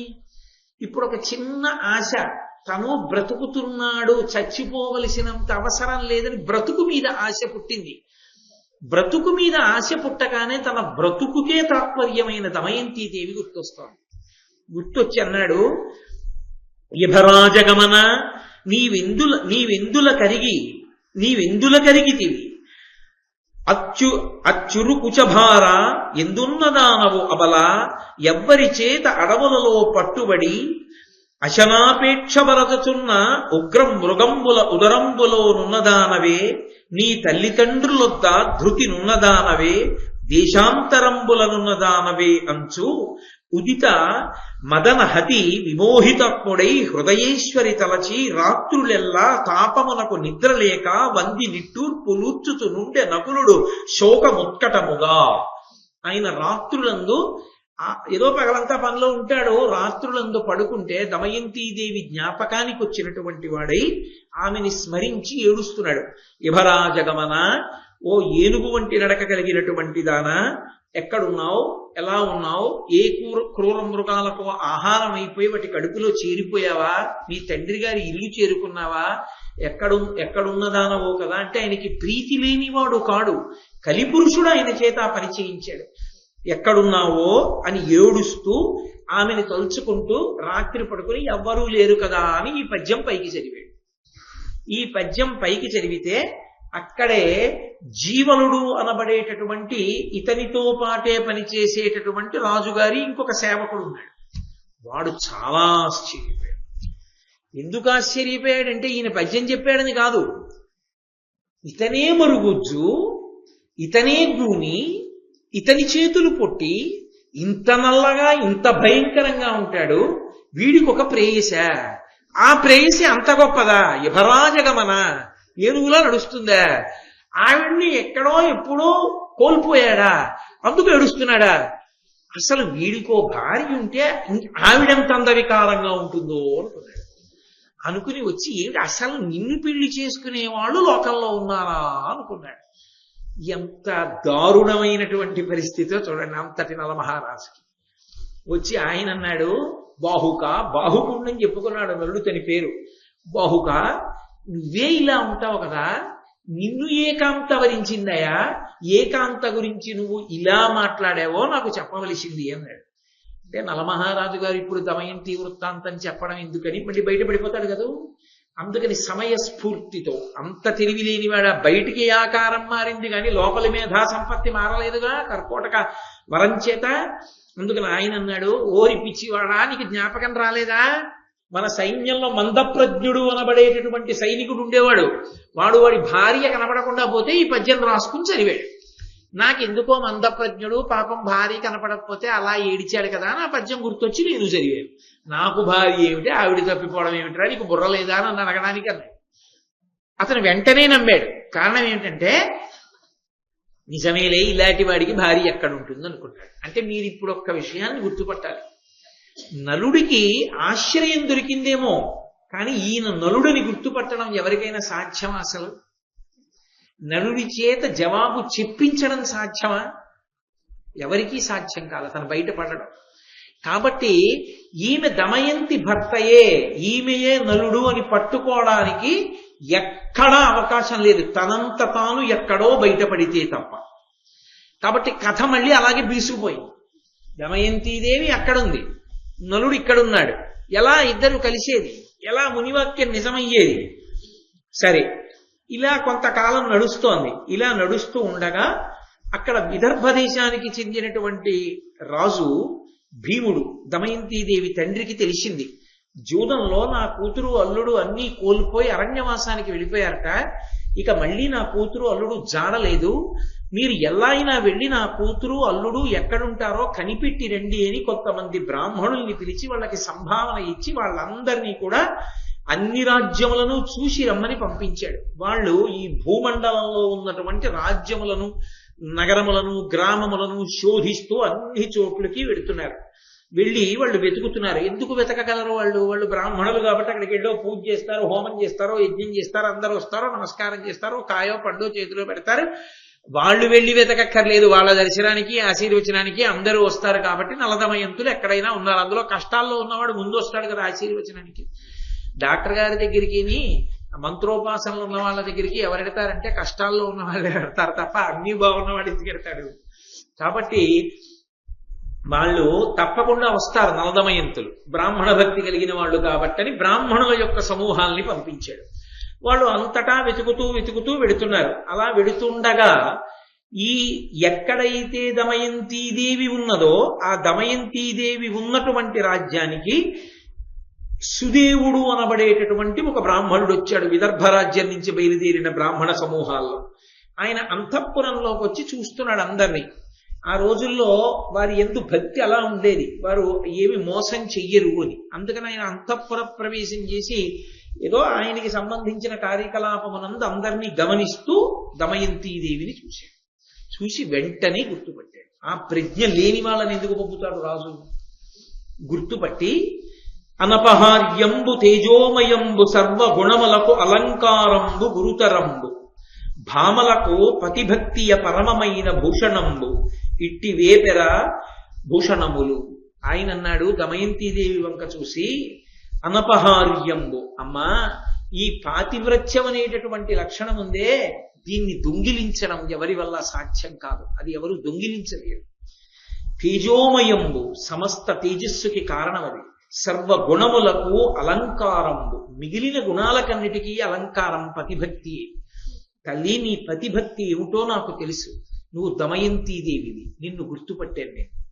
నువ్వు అమ్మా ఇక్కడున్నావా, నీ తండ్రి భీమరాజు గారు, నీ తల్లి, నీ బిడ్డలు నీ ఇద్దరి కోసం బెంగ పెట్టుకున్నారమ్మా, నువ్వు బయలుదేరి రావలసింది అని దమయంతీదేవితో మాట్లాడుతున్నాడు. రాజమాత వింది. అరెరే, నా దగ్గర సైరంధ్రిగా చేరినప్పుడు అన్యులతో మాట్లాడనంది, బ్రాహ్మణులతో మాట్లాడతానంది, ఏ కష్టం వచ్చిందో ఇతను మాట్లాడుతున్నాడో ఆమె మాట్లాడటం లేదని పరుగు పరుగున వచ్చింది రాజమాత. వచ్చి ఎవరు ఈమె, ఏం పలకరిస్తున్నావు, ఏం మాట్లాడుతున్నావు అని అడిగింది. అంటే ఆయన అన్నాడు, అమ్మా ఈమె దమయంతీదేవి, ఈమె నలమహారాజు గారి యొక్క భార్య, భీముని యొక్క కూతురు, విదర్భదేశ బ్రాహ్మణుణ్ణి, ఈమె కోసమే వచ్చానమ్మా అన్నాడు. అంటే ఎలా గుర్తుపట్టావని అడిగింది ఆవిడ. నేను గుర్తుపట్టడానికి కారణం ఈమె రెండు కనుబొమల మధ్యలో బ్రహ్మదేవుడి చేత పెట్టబడినటువంటి ఒక అత్యద్భుతమైన తేజోవంతమైన పుట్టుమచ్చ ఉంది, దాని మీద బొట్టు పెట్టుకుంది. కాబట్టి అది బాగా ఎరుక కలిగిన వాళ్ళు, చిన్నతనం నుంచి ఆమెని చూసిన వాళ్ళకి తప్ప తెలియదు. చిన్నపిల్లగా ఉన్నప్పటి నుంచి చూసిన వాడిని కాబట్టి నాకు తెలుసు. పరమ తేజోవంతమైన సహజమైనటువంటి బొట్టు ఉంది ఆవిడికి. కాబట్టి నేను దమయంతి అని గుర్తించాను అన్నారు. సరే ముఖం కడుక్కుని రా ఒకసారి అంది రాజమాత. ఆ ముఖ ప్రక్షాళనం చేస్తే సహజంగా తనంత తాను తేజోవంతమైనటువంటి బొట్టు కనుబొమల మధ్య ప్రకాశించింది. చంద్రమతీదేవి యొక్క మాంగళ్యం ఇతరులకు ఎలా కనపడదో ఒక్క హరిశ్చంద్రుడికి తప్ప ఆమె యొక్క తేజోవంతమైనటువంటి భ్రూమధ్యమునందున్నటువంటి ఆ బొట్టు స్థానం ఒక్క ఆయన సుదేవుడు మాత్రమే తెలుసుకోగలిగాడు. తెలుసుకుంటే అప్పుడు ఆ రాజమాత అంది, అమ్మా నేను మీ అమ్మ దశార్ణరాజు పుత్రికలం, మేమిద్దరం అక్క చెల్లెళ్ళం, నేను వీరబాహునికి ఇల్లాలినయ్యాను, కాబట్టి ఈ రాజ్యానికి రాజమాతనయ్యాను, నా బిడ్డ పరిపాలిస్తున్నాడు. అమ్మా నువ్వు నా సోదరి బిడ్డవా అంటే నాకు కూతురువే అంది. ఇది ఆనాడు ఆమెని చూస్తే ఏదో అనుబంధం కలుగుతోంది, తీసుకురమ్మని దాసితో చెప్పిందే. రక్త సంబంధాలు పలకరించుకుంటాయి. ఎక్కడున్నా మనసులు తెలియకపోయినా, మనుష్యులు తెలియకపోయినా ఆ అభిమానం, ఆ ఆప్యాయత తెలుస్తుంది. అందుకే మన వాళ్ళు రక్త సంబంధం అండి అంటుంటారు. ఆ రక్త సంబంధం క్షమాభిక్ష పెట్టగలిగినట్టు ఇతరులు పెట్టలేరు. రక్త సంబంధం రక్త సంబంధమే. అందుకే రాముడంతటి వాడంటాడు, దేశే దేశే కళత్రాణి దేశే దేశే చ బాంధవా తంతు దేశం నపశ్యామి ఎత్ర భ్రాత సహోదర అంటాడు. ఎక్కడికి వెళ్ళినా భార్య దొరుకుతుందేమో, వేరొక స్త్రీ భార్య కావచ్చేమో ఒక భార్య పడిపోతే, కానీ అది ఆ మాటని నేను ఏదో ఆయన శాస్త్రానికి అంటే వేరొకరు స్థానంలోకి వెళ్ళవచ్చు అని అన్నాడు. కానీ రాముడు ఏకపత్ని వ్రతుడు, అది కాదు ఆయన ఉద్దేశ్యం. తోబుట్టువుల గొప్పతనాన్ని చెప్పడం. కాబట్టి భార్య దొరుకుతుందేమో, భార్య వైపు బంధువులు కూడా దొరుకుతారు, స్నేహితులు దొరుకుతారు ఎక్కడికి వెళ్ళినా. కానీ ఇక దొరకని వాళ్ళు అంటూ ఉంటే తోడ పుట్టిన వాళ్ళు అక్కళ్ళే. తల్లికి తండ్రికి ఈ జన్మలో ఎవరం కలిసి పుట్టామో వాళ్ళ మధ్యనే ఇక నా సొంత అన్నదమ్ముడు అక్క చెల్లెళ్ళు అని చెప్పుకోగలిగిన అనుబంధం. అటువంటి అనుబంధం యొక్క విలువ పవిత్రత తెలుసుకోలేనటువంటి చౌకబారు మనస్తత్వం ఉన్న వాళ్ళని ఆ పరమేశ్వరుడు ఒక్కడే బాగు చేయాలి. కాబట్టి అది రక్త సంబంధం. అంటే అది ఎన్ని తప్పుల్ని క్షమిస్తుంది. మా అన్నయ్య పోనిద్దరు, మా తమ్ముడు పోనివాడు క్షమించేస్తాడు. ఆ రక్త సంబంధానికి ఉన్నటువంటి గొప్పతనం అది, అది దాన్ని అలా ఆకర్షిస్తుంది. కాబట్టి నా కూతురు అమ్మ, నీకు విదర్భరాజ్యం ఒకటి ఇదొకటి కాదు. తల్లి నా దగ్గర సైరంధ్రిగా ఉన్నావా, కొన్నాళ్ళుండి ఇక్కడే. అమ్మా ఎంత నీది రెండూ పుట్టిళ్ళే అయినా నీ దగ్గర ఉండడంలో నాకు బాధ లేకపోయినా నేను విదర్భ దేశానికి వెళ్ళిపోవడానికి కారణం ఒక్కటి ఉంది. ఒకటి, నా బిడ్డల్ని చూసుకోవాలని మనసు పరితపించిపోతాం. రెండు, బాగా కష్టం వచ్చినప్పుడు అందులో భర్తకి కూడా దూరం అయితే బావురుమని మా అమ్మ ఒళ్ళో తలపెట్టుకుని ఏడవాలి. అమ్మ అమ్మే కదూ, అందుకే అంత కష్టం వస్తే అమ్మ దగ్గరికే పంపిస్తారు. ఏ కష్టం అంటే తనకి అనుభవం లేక అది చాలా ఎంత ఇబ్బందికరమో అంటే అమ్మ దగ్గరే ఉంచుతారు. ఆ అమ్మకే తెలుసు ఆ సేద తీర్చడం. గర్భిణి అయిన ఆడపిల్లని పుట్టినింటికి పంపించడానికి కారణం అదే. ఆ అమ్మ దగ్గర ఉంటే చాలు ఆడపిల్లకి అంత అనునయం, అంత సంతోషం. అమ్మా అని పిలిచి ఎంత సేద తీరిపోతుందో. అమ్మ అమ్మే లోకంలో, అందుకని మా అమ్మ దగ్గరికి వెడతానమ్మా అని నమస్కారం చేసి ఆవిడ అనుగ్రహాన్ని ఆశీర్వచనాన్ని తీసుకుని బ్రాహ్మణుడు సునందునితో కలిసి ఆమె విదర్భ రాజ్యానికి వెళ్ళిపోయినా ఆమె మాత్రం ఆనాడు నలమహారాజు గారు తన కట్టుకున్నటువంటి బట్టలో సగం చింపి తీసుకోగా మిగిలినటువంటి వస్త్రఖండాన్నే కట్టుకుని ఆ ఒంటికి పట్టినటువంటి మట్టితోటే ఆమె పడుకుంటూ కడుపు నిండా అన్నం తినకుండా నలమహారాజు గురించే ఆమె నిరంతరము స్మరిస్తూ ఆమె కోరి తెచ్చుకున్న కష్టంతో మహాపాతివ్రత్యంతో నలుని యొక్క దర్శనమును అపేక్షించి ఉంది. ఇంటికి వెళ్ళింది, చాలా కాలం అయింది పుట్టినింటికి. భర్త కనపడే మార్గం ఏమిటి? వెతికితే కనపట్టలేదు. అది ఆవిడ గొప్పతనం. ఇంతమంది వెతికారు, తను కనపడింది, నలుడు కనపడలేదు. ఇంత దీనమైన స్థితిలో తనున్నా కనిపెట్టగలిగిన వాళ్ళు నలుడిని ఎందుకు కనిపెట్టలేకపోయారు? అంటే నలుడు కనిపెట్టడానికి వీలు లేని స్థితిలో ఉండి ఉంటాడు. కాబట్టి ఇప్పుడు నలుడు మన మాంసనేత్రానికి దొరకడు. నలుడు తనంత తాను దొరకాలి, దానికి ఒక ఉపాయం దొరకాలి. అది ఆవిడ గొప్పతనం. అంత దుఃఖంలో అంత పదునుగా ఆలోచించింది ఆవిడ. ఆలోచించి వాళ్ళ అమ్మగారిని నాన్నగారిని పిలిచి, నాకు ఒక ఆలోచన వచ్చింది, మీరు దీన్ని అమలు చెయ్యండి. ఏం చెయ్యమంటా ఉన్నారు? బ్రాహ్మణ సమూహాల్ని అన్ని రాజ్యాలకి పంపండి. ప్రతి సభలో ప్రతి ఊళ్ళో వాళ్ళు నిలబడి ఒక మాట చెప్తారు. వాళ్ళు మాట్లాడినప్పుడు ఎవరైనా తిరిగి మాట్లాడితే వెంటనే ఇక్కడికి తీసుకురామని. లేదు అత్య చురుక్కుమనే మాట మాట్లాడుతుంది, అది నలుడే జవాబు చెప్తాడు. ఇప్పుడు బాహ్యంలో నలుడుగా దొరకని వాడు లోపల నలుడు దొరికిపోతాడు. తీసుకురండి. రానని మొరాయిస్తే గుర్తుపట్టి రండి, ఎక్కడ ఉంటాడో మనమే పెడదాం. సరేనన్నారు. బ్రాహ్మణుల సమూహాలను పిలిచారు. ఆవిడ చెప్పినటువంటి విశేషం చెప్పించారు, పంపించారు. వాళ్ళు అన్ని రాజ్యాలకి వెళ్ళారు. అన్ని చోట్ల, అన్ని సభల్లో, అన్ని ఊళ్ళల్లో, అన్ని వీధుల్లో నిలబడుతున్నారు. ఈ పద్యం చెప్తున్నారు. నిత్య సత్యుండవు నీ సతి వంచించి దాని వస్త్రార్థంబు తరిగి నీకు పరిధానముగా చేసి పాడియే పోవంగా భార్య భర్తవ్యనామరకు ధర్మమది మిథ్యయ్య నీ యందు నీకిట్టి నిర్దయ బుద్ధి చేకొన తగునే అట్టి సాధ్వికి కరుణ ప్రసన్నుండవగుమని ఎల్లచో పలికిన ఎవ్వడేని పలుకు వడగ ఓడి ప్రతివచనం బిచ్చునతడు నలుడుగా ప్రియంపు తోడ ఎరిగినన్నునతనికి ఎరింగించి తోడ్కొని రానినాడు రండెరింగి. మీరందరూ వెళ్ళి చెప్పవలసిన మాట ఏమిటో ఆవిడ చెప్పింది. వాళ్ళందరూ చెప్తున్నారు ఏమని? నిత్య సత్యుండవు, అబద్ధమాడని వాడివి, ఎప్పుడూ సత్యమే మాట్లాడేవాడివి. నీ భార్యని వంచనకి గురి చేసి మోసగించి ఆమె కట్టుకున్న చీరలో సగభాగాన్ని నువ్వు తీసుకుని పంచగా కట్టుకుని భార్యని విడిచిపెట్టి వెళ్ళిపోయావు. భర్త అంటే భార్యని భరించువాడు. భార్య భర్తవ్యనామరగు ధర్మమది మిథ్యయ్యే నీ యందు. భార్యని భరించవలసిన వాడు భర్త అయితే భరించకుండా విడిచిపెట్టి వెళ్ళిపోయావు కాబట్టి ఆ మాట నీ యందు మిథ్య అయిపోయింది. భార్యని విడిచిపెట్టి వెళ్ళినవాడా? దమయంతీదేవి, నలుడు అన్న పేర్లు ఏమైనా వాడుతున్నారా? ఎక్కడా వాడలేదు. అట్టి సాధ్వికి కరుణ ప్రసన్నుండవగుము, అట్టి మహాసాధ్వి అయినా ఎక్కడా ఆవిడ నీ పేరు చెప్పలేదు.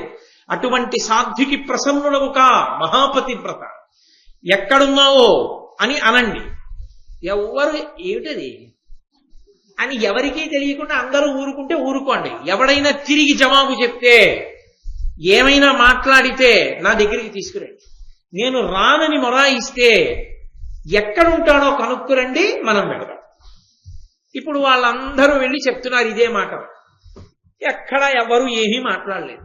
కానీ ఇక్ష్వాకు వంశంలో పుట్టినటువంటి ఋతుపర్ణ మహారాజు గారు పరిపాలిస్తున్నటువంటి రాజ్యానికి వెళ్ళినటువంటి ఒక బ్రాహ్మణుడు, పర్ణాదుడు అని పేరు కలిగినటువంటి వాడు సభలో ఈ మాట చెప్పాడు. చెబితే బాహుకుడి వేషంలో ఉన్న నలుడు విన్నాడు. దీని జవాబు చెప్పకుండా ఎలా ఊరుకోగలడు? తన మీద ఆరోపణ చెయ్యబడింది. తను తప్పు, భార్య సరి అయిన పదంలో ఉంది అంటున్నారు. తను మోసగించాడంటున్నారు. తను మోసగించలేదు, ఆమె సుఖపడాలని వెళ్ళిపోయాడు.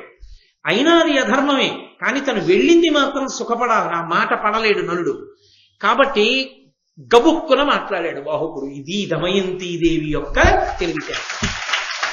ఆయన అన్నాడు, పురుషునందు దోష పుంజంపు కలిగిన ఎరిగి ఎద సహించుని నీ భార్య పురుషునం దభీష్ట భోగంబు దేహాంతరంబునందు ధర్మరతియుపడయు.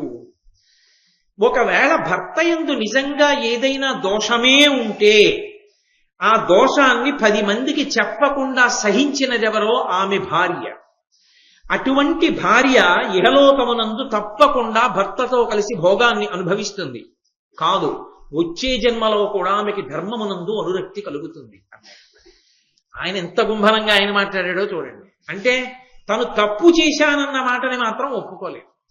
భర్త నిజంగా తప్పే చేస్తే అది ఆ దోషాన్ని కడుపులో పెట్టుకున్నది పతివ్రత. ఆ దాని చేత ఇహమునందు పరమునందు ఉత్తర జన్మల యందు ఆమె రక్షింపబడుతుంది అన్నాడు.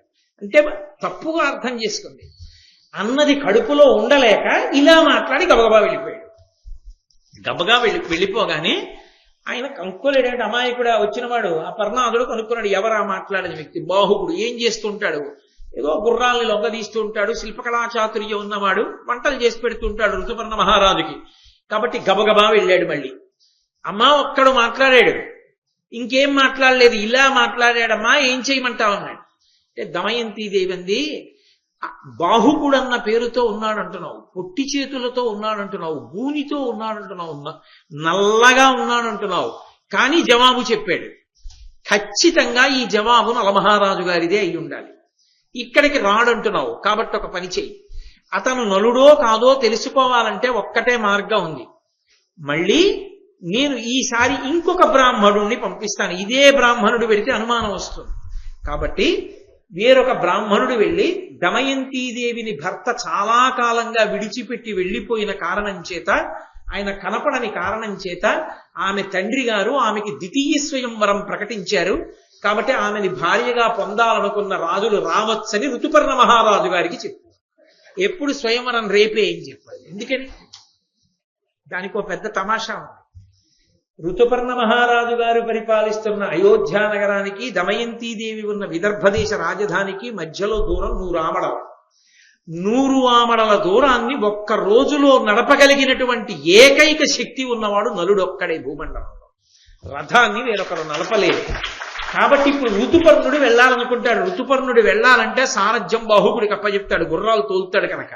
అలా రథాన్ని తీసుకొస్తే ఆ రథం యొక్క చప్పుడు బట్టి ఆవిడ చెప్తుంది నలుడో కాదో రథం తోలినవాడు.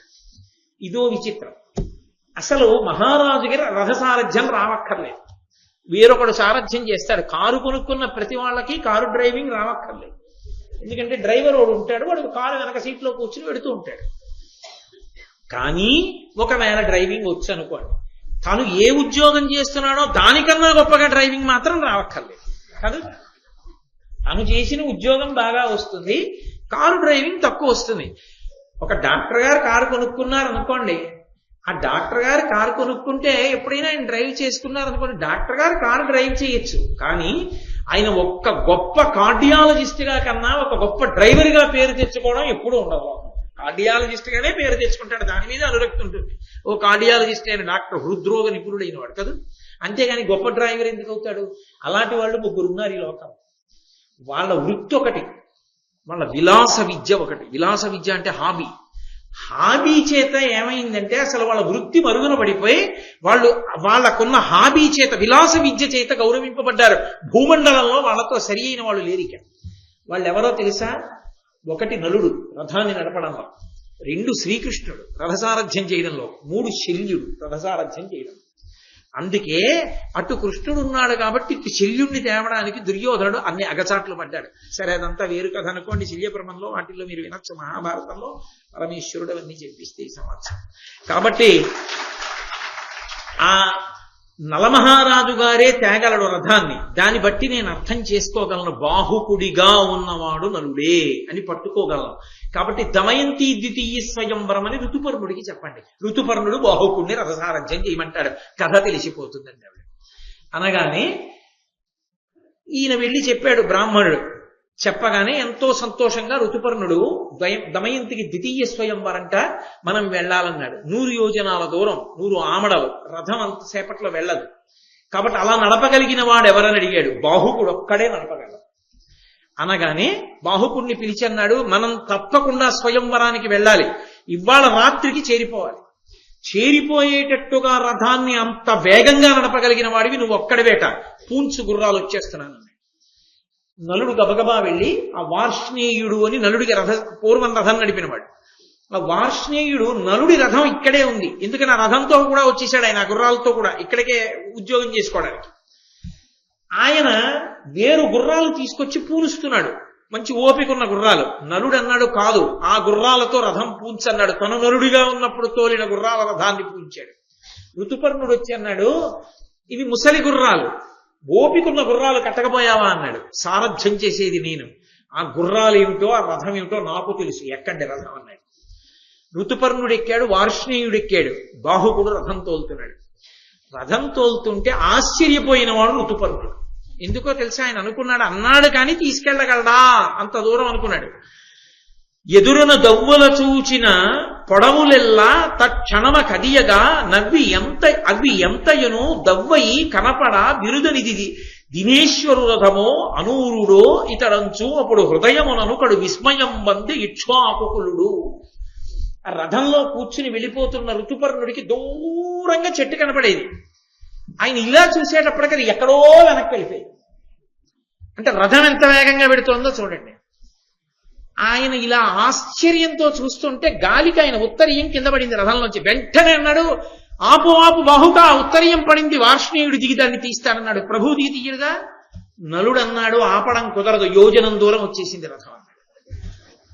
ఉత్తరీయం కింద పడగానే ఉత్తరీయం పడిందయా అనేటప్పటికీ యోజనం దూరం వెళ్ళిపోయింది రథం. అది నలుడు యొక్క రథ సారథ్యం అంటే అలా ఉంటుంది. కాబట్టి అంత వేగంగా రథాన్ని పోలిస్తున్నాడు. ఋతుపర్ణుడు ఆయన విద్య చూసి ఆశ్చర్యపోయి, ఆ బాహుకుడి సారథ్యం చూసి ఆశ్చర్యపోయి, ఓయ్ బాహుకా, నువ్వు గొప్పగా సారథ్యం చేస్తున్నావు, నీ దగ్గర ఎటువంటి విద్య ఉందో అశ్వ విద్య నా దగ్గర ఒక విద్య ఉంది, అక్షహృదయం, దాని చేత సంఖ్యాశాస్త్రం నాకు వశమైంది, నేను ఇలా చూస్తే లెక్క పెట్టేస్తా. అదిగో ఎదురుగుండా కనపడుతున్నటువంటి తాండ్ర చెట్టుకి ఆకులు కాయలు పళ్ళు కలిపి ఎన్నున్నాయో చెప్తానన్నాడు. చెప్పన్నాడు నలుడు. దూరంగా కనపడింది, వేగంగా రథం వచ్చేసి వెళ్ళిపోయింది. వెంటనే ఆయన అన్నాడు, నాకు ఎదురుగుండా కనపడినటువంటి 2 కొమ్మలకు కలిపి ఆకులు పళ్ళు కలిపి 10,001 ఉన్నాయి, మిగిలిన కొమ్మలన్నిటికీ కలిపి 2,095 ఆకులున్నాయి. ఆశ్చర్యపోయాడు నలుడు. ఇది నిజమా కాదా ఎలా తెలుస్తుంది? చెట్టు పడగొట్టి ఆకులు లెక్కెట్టాలి.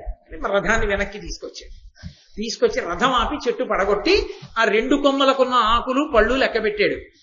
ఖచ్చితంగా ఋతుపర్ణుడు ఏం చెప్పాడో అన్నీ ఉన్నాయి. మిగిలిన కొమ్మలకున్నవి లెక్క పెట్టాడు, ఋతుపర్ణుడు ఎన్ని చెప్పాడో అన్నీ ఉన్నాయి. అది అక్షవిద్య యొక్క శాస్త్రం, దాని వలన ఆయనకి వశమైంది ఆ శక్తి. కాబట్టి ఇప్పుడు ఆశ్చర్యపోతే ఋతుపర్ణుడు అన్నాడు, నీ సారథ్యం చూసి నేను ఆశ్చర్యపోతున్నాను, తీసుకెళ్ళిపోతావు సందేహం లేదు, విదర్భ రాజ్యానికి తీసుకెళ్తావు, కాబట్టి నీకు నేను అక్షహృదయం ఇస్తాను, తీసుకో. ఇది అక్షహృదయం అనగా విదితంబగు విద్య, దీని విద్యుక్తముగా మది నెరుగు నరుడు సంఖ్యావిదుడగు దుష్కృత కలంక విష విముక్తుడగున్. ఏ వ్యక్తి అయితే దీన్ని సంప్రదాయబద్ధంగా గురుముఖంగా ఈ విద్యని తీసుకుంటాడో వాడు, అలా తీసుకున్నటువంటి వ్యక్తి సంఖ్యాశాస్త్రమునందు ప్రవీణుడవుతాడు. ఏవైనా సరే ఇలా చూస్తే లెక్క పెట్టేస్తాడు, అతనికి ఆ శక్తి వచ్చేస్తుంది. అంతేకాదు, ఎవరు ఈ అక్షహృదయాన్ని పుచ్చుకుంటారో ఆ పుచ్చుకున్న వ్యక్తి ఇంతకు ముందు ఏవైనా పాపకర్మలు చేసి ఉంటే అవన్నీ తొలగిపోతాయి. 2, అతను ఇక పాపం చెయ్యడానికి వీలులేని గొప్ప స్థితిని పొందుతాడు. 2, అతని శరీరంలో విషం ఉంటే అదంతా బయటికి పోతుందన్నాడు. అక్షహృదయం నాకు ఉపదేశించమన్నాడు. కర్కోటకుడు చెప్పాడుగా, నీకు ఈ గుర్రాల్ని తోలి హృదయం నీకు చెప్తా, అశ్వహృదయం, అక్షహృదయం నాకు చెప్పన్నాడు. అంటే ఆయన అన్నాడు, నీకు నేను నేర్పుతాను, కాబట్టి జాగ్రత్తగా నేర్చుకో. సకల గుణ ప్రసిద్ధుడగు సర్వహితుండగు జూవేయంచు బాహుకునకు ప్రీతితోడ విధియుక్తముగా నుపదేశమిచ్చే అత్య కుటిల బుద్ధి అక్షహృదయంబు గరంబు రయంబుతో విదర్భకు జనువేట్క చేసి ఋతుపర్ణుడు పూర్ణమన ప్రసన్నుడై. తొందరగా విదర్భ చేరుకోవాలని దమయంతీదేవి యొక్క పునఃస్వయంవరంలో పాల్గొనాలనేటటువంటి ఉత్కంఠతో ఉన్న ఋతుపర్ణుడు, నీకు వెంటనే నేర్పుతాను, కూర్చోవయ్యా అని చెప్పి ఆ అక్షహృదయాన్ని ఉపదేశం చేశాడు. ఎప్పుడైతే అక్షహృదయాన్ని ఉపదేశం నలుడు పొందాడో పొందగానే ఆయన శరీరంలో ఉన్నటువంటి కర్కోటకుని యొక్క విషం బయటికి వెళ్ళిపోయింది. అది బయటికి వెళ్ళిపోగానే పాపమునకు ఆలవాలమైనది కూడా ఇక లోపల ఉండడానికి వీల్లేదు. అక్షహృదయం నేర్చుకుంటే కలిపురుషుడు బయటకు వచ్చేసాడు. నలుణ్ణి విడిచిపెట్టేశాడు. విడిచిపెట్టి బయటకు వచ్చి నించున్నాడు. నిలబడి నలుడొల్లి ఆక్రమించిన కలి కర్కోటక విషంబు గ్రక్కుచు నొడలన్ వెలుబడి నలునకు విహితంజలి అయి తన్నిరుగ చెప్పే చెంచురుడుగుచున్ గడగడగడగడ వణికిపోతూ 2 చేతులు అంజలి ఘటించి నరుడికి నమస్కరించి, నేను ఈ కలిపురుషుణ్ణి నీలోకి ప్రవేశించి నీతో తమకంతో కూడిన జూదం ఆడించాను, భార్యని విడిచిపెట్టేటట్టు చేశాను, నీతో ఈ పాపములు చేయించిన వాడను నేనే. ఒకనాడు దమయంతి స్వయంవరంలో ఆమెను అపేక్షించి ఆమె వివాహం అయిపోయిందని తెలుసుకుని కక్ష కట్టి ఇన్ని పనులు చేశాను, నన్ను మన్నించవలసింది అన్నాడు. నలమహారాజు గారు కలిపురుషుణ్ణి వెంటనే నీకు తగిన శిక్ష వేస్తానన్నాడు. ఇంకేం శిక్ష వెయ్యాలి?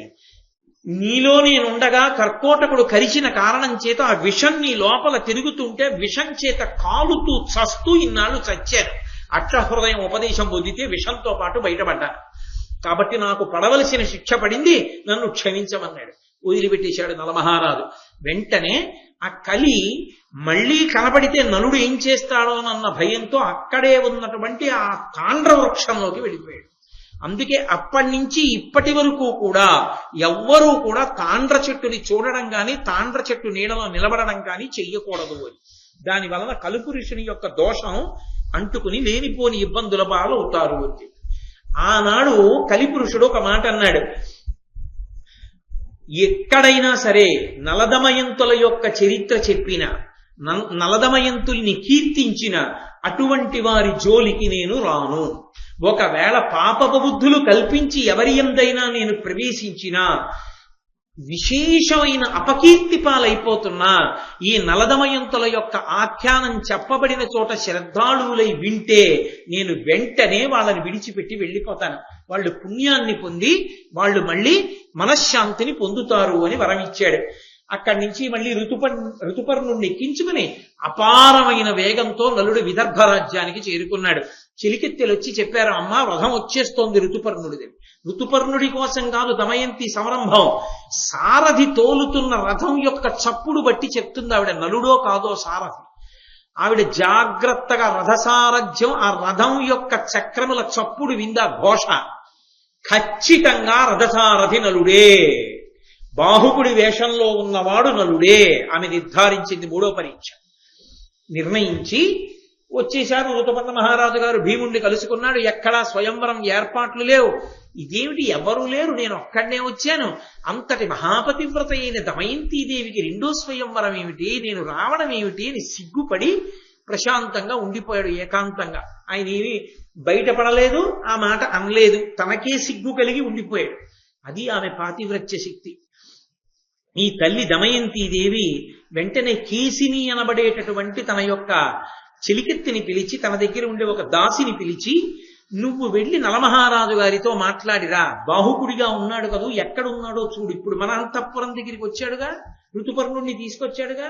ఋతుపర్ణుడు అంటే అంతఃపురంలో ఉంటాడు, అతను ఏ అశ్వశాలలోనో ఉంటాడుగా. బండికి గుర్రాలు విప్పి వెళ్ళి మాట్లాడిరా, జాగ్రత్తగా మాట్లాడదు. చిత్రనలీయంలో అసలు విని తీరాలి. ఆ చిత్ర మాట్లాడడం అలా ఉంటుంది, అంత గొప్పగా ఉంటుంది. బాహుకుడంతటి వాడు పొరపాటు పడిపోతాడు ఆ చిత్రతో మాట్లాడడం. అంత అద్భుతమైన సంభాషణ నడిపించారు అందులో. నన్నయ్య గారు కూడా ఏం తక్కువ చేయలేదనుకోండి. కాబట్టి ఆ కేసిని దమయంతి పంపిస్తే ఆయన దగ్గరికి వెళ్ళింది. ఏమీ తెలియని వాళ్ళ ఆ గుర్రబండికి ఉన్న గుర్రాలు విప్పేసి అక్కడే పడుకుని ఉన్నాడు నల్లుడు. మామగారి ఇల్లది, తన భార్య ఉన్న చోటు. కానీ తనకి తగిన ప్రాభవం లేక కష్టాల కూర్చి అలాగే పడుకుని ఉన్నాడు. ఈ కేసిని వెళ్ళి అడిగింది, నన్ను దమయంతీదేవి పంపించింది, మీరు ఎందుకు వచ్చారో అడిగి రమ్మంది. వెంటనే దమయంతీదేవి పంపించింది, మీరెందుకు వచ్చారు అంటే, ఒకటి పురుష హృదయం కనుక అక్కసుతో ఎందుకు వస్తాం, పునర్వివాహం చేసుకుంటానందిగా, ఋతుపర్ణుడు వచ్చాడు తీసుకొచ్చాను అని ఆమె అక్కసుతో మాట్లాడతాడేమో చూడాలి. ఆయన పరమ ప్రశాంతంగా అన్నాడు. భీముడు పునఃస్వయంవరాన్ని ప్రకటించాడుగా దమయంతీదేవికి, ఋతుపర్ణ మహారాజు రావలసి వచ్చింది. 100 ఆమడల దూరం రావడం కష్టం కదా, నన్ను సారథ్యం చేయమంటే చేశాను, అందుకు వచ్చాం ఈ ఊరు, అంతకన్నా ఎందుకు వస్తాం అన్నాడు. కేశిని అంది, 3వ వారెవరు మీతో వచ్చింది? వార్ష్ణేయుడు అన్నాడు. అంటే ఆవిడంది, వార్ష్ణేయుడు నకులుడి దగ్గర పనిచేశాడంటారు కదా, వార్ష్ణేయుడికి నకులుడి జాడ తెలియదా? అంటే మరి ఇద్దరు కలిసే వచ్చారుగా, నీ గురించి వార్ష్ణేయుడికి తెలియదా అంటే మాట్లాడడంలో ఎక్కడైనా పొరపాటు పడతాడేమో పట్టుకోవచ్చు. ఆయన అన్నాడు, నేను అనలేదు, పొరపాటున ఆనాడు నేను జూదమాడుతుండగా దమయంతి పంపించిందిగా పిల్లల్ని అంటాడేమో అని. ఆయన అన్నాడు, నలమహారాజు జూదమాడుతుండగా దమయంతీదేవి బిడ్డలిద్దరినీ వార్ష్ణేయుడి రథమెక్కించి పుట్టింటికి పంపించి వెనక్కి త్వరగా రమ్మందిట. వార్ష్ణేయుడు తిరిగొచ్చే లోపలే నరుడు రాజ్యభ్రష్టుడై అరణ్యవాసానికి వెళ్ళిపోయట. లేని కొలువు నాకెందుకు, నలుడు లేడు కదా అని ఆయన పుష్కరుడి దగ్గర పనిచేయడం ఇష్టం లేక తిన్నగా వెళ్ళిపోయి ఋతుపర్ణుడి దగ్గర చేరిపోయట. అందుకు ఋతుపర్ణుడి దగ్గర పనిచేస్తున్నాడు. నలుడు ఓడిపోగానే ఋతుపర్ణుడి దగ్గరికి వెళ్ళిపోయినటువంటి వార్ష్ణేయుడికి నలుడు యొక్క జాడ ఎలా తెలుస్తుంది? తెలియదు. ఎక్కడైనా దొరికాడా? ఎక్కడా ఆయన దొరకలేదు. ఎక్కడా దొరకకపోతే కేశిని ఎంత దాపరికంతో ఉందామనుకున్నవాడైనా అతను చేసిన మోసాన్ని ఎత్తి చూపించి నింద చేస్తే ముఖంలో కూడా ఎటువంటి ప్రతిస్పందన లేకుండా, ఏ భావం లేకుండా దాచుకోగలరా? అంత ప్రేమైకమూర్తి బయటపడడా ఎక్కడో అక్కడ చూడాలని నలుణ్ణి నింద చేస్తూ మాట్లాడింది. అడవిలో వస్త్రార్థహారి అయి దయలేక ప్రాణేశ్వరుడు తను బాసి చనిన నాటి వస్త్రార్థంబు నలినాక్షి ఇప్పుడు పరిధానముగా పాంసు పటల మలిన మగుచున్న తనముతో నయనంబు జడకొన్న అలకావళులతోడ అవనితలము శయనంబుగా ధర్మచారిణి దమయంతి అనఘవ్రతం బిట్టులాచరించుచున్నదనిన అవిరళోద్గత బాష్పపూర్ణంబులైన లోచనంబులెరుక పడకయుండ వదన పద్మంబు వాంచి తానుండు వలన సూచుచుండె నలుడు. ఆ వచ్చినటువంటి కేశిని అంది, అడవిలో వస్త్రార్థహారి అయి దయలేక ప్రాణేశ్వరుడు తను బాసి చనిన, ప్రాణేశ్వరుడైనటువంటి నలుడు దయ లేకుండా సగం వస్త్రంతో ఉన్నదాన్ని విడిచిపెట్టి వెళ్ళిపోతే ఆ వస్త్రార్థంతో ఉండిపోయినటువంటి నలినాక్షి ఇప్పుడు పుట్టింటికి వచ్చాను కదా అని విప్పి పట్టుబట్ట కట్టుకోలేదు. ఆ బట్టతోనే ఇప్పటికీ ఉంది. పాంసు పటల మలిన మగుచున్న తనువుతో అనయంబు జడగొన్న అలకాములతోడ ఆమె మట్టి కొట్టినటువంటి నేల మీద పడుకుంటోంది. గది తుడుచుకు పడుకోవట్లేదు. నలుడు ఏ కష్టంలో ఉన్నాడు అని మట్టి పట్టిన నేల మీద నిద్రపోతోంది.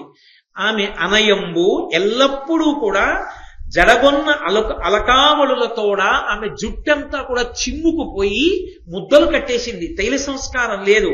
అవనితలము శయనంబుగా ధర్మచారిణి దమయంతి అనగవ్రతం బిట్టులాచరించుతున్నదనిన భూశయనం చేస్తోంది. కటిక నేల మీద పడుకుంటోంది. తనకి పాపం కలగకూడదు, భర్త ఎలా ఉన్నాడో ఏ సుఖంలో ఉన్నాడో తెలియకుండా తాను సిగపడకూడదని పరమధర్మచారిణి అయి అలా ఉంది.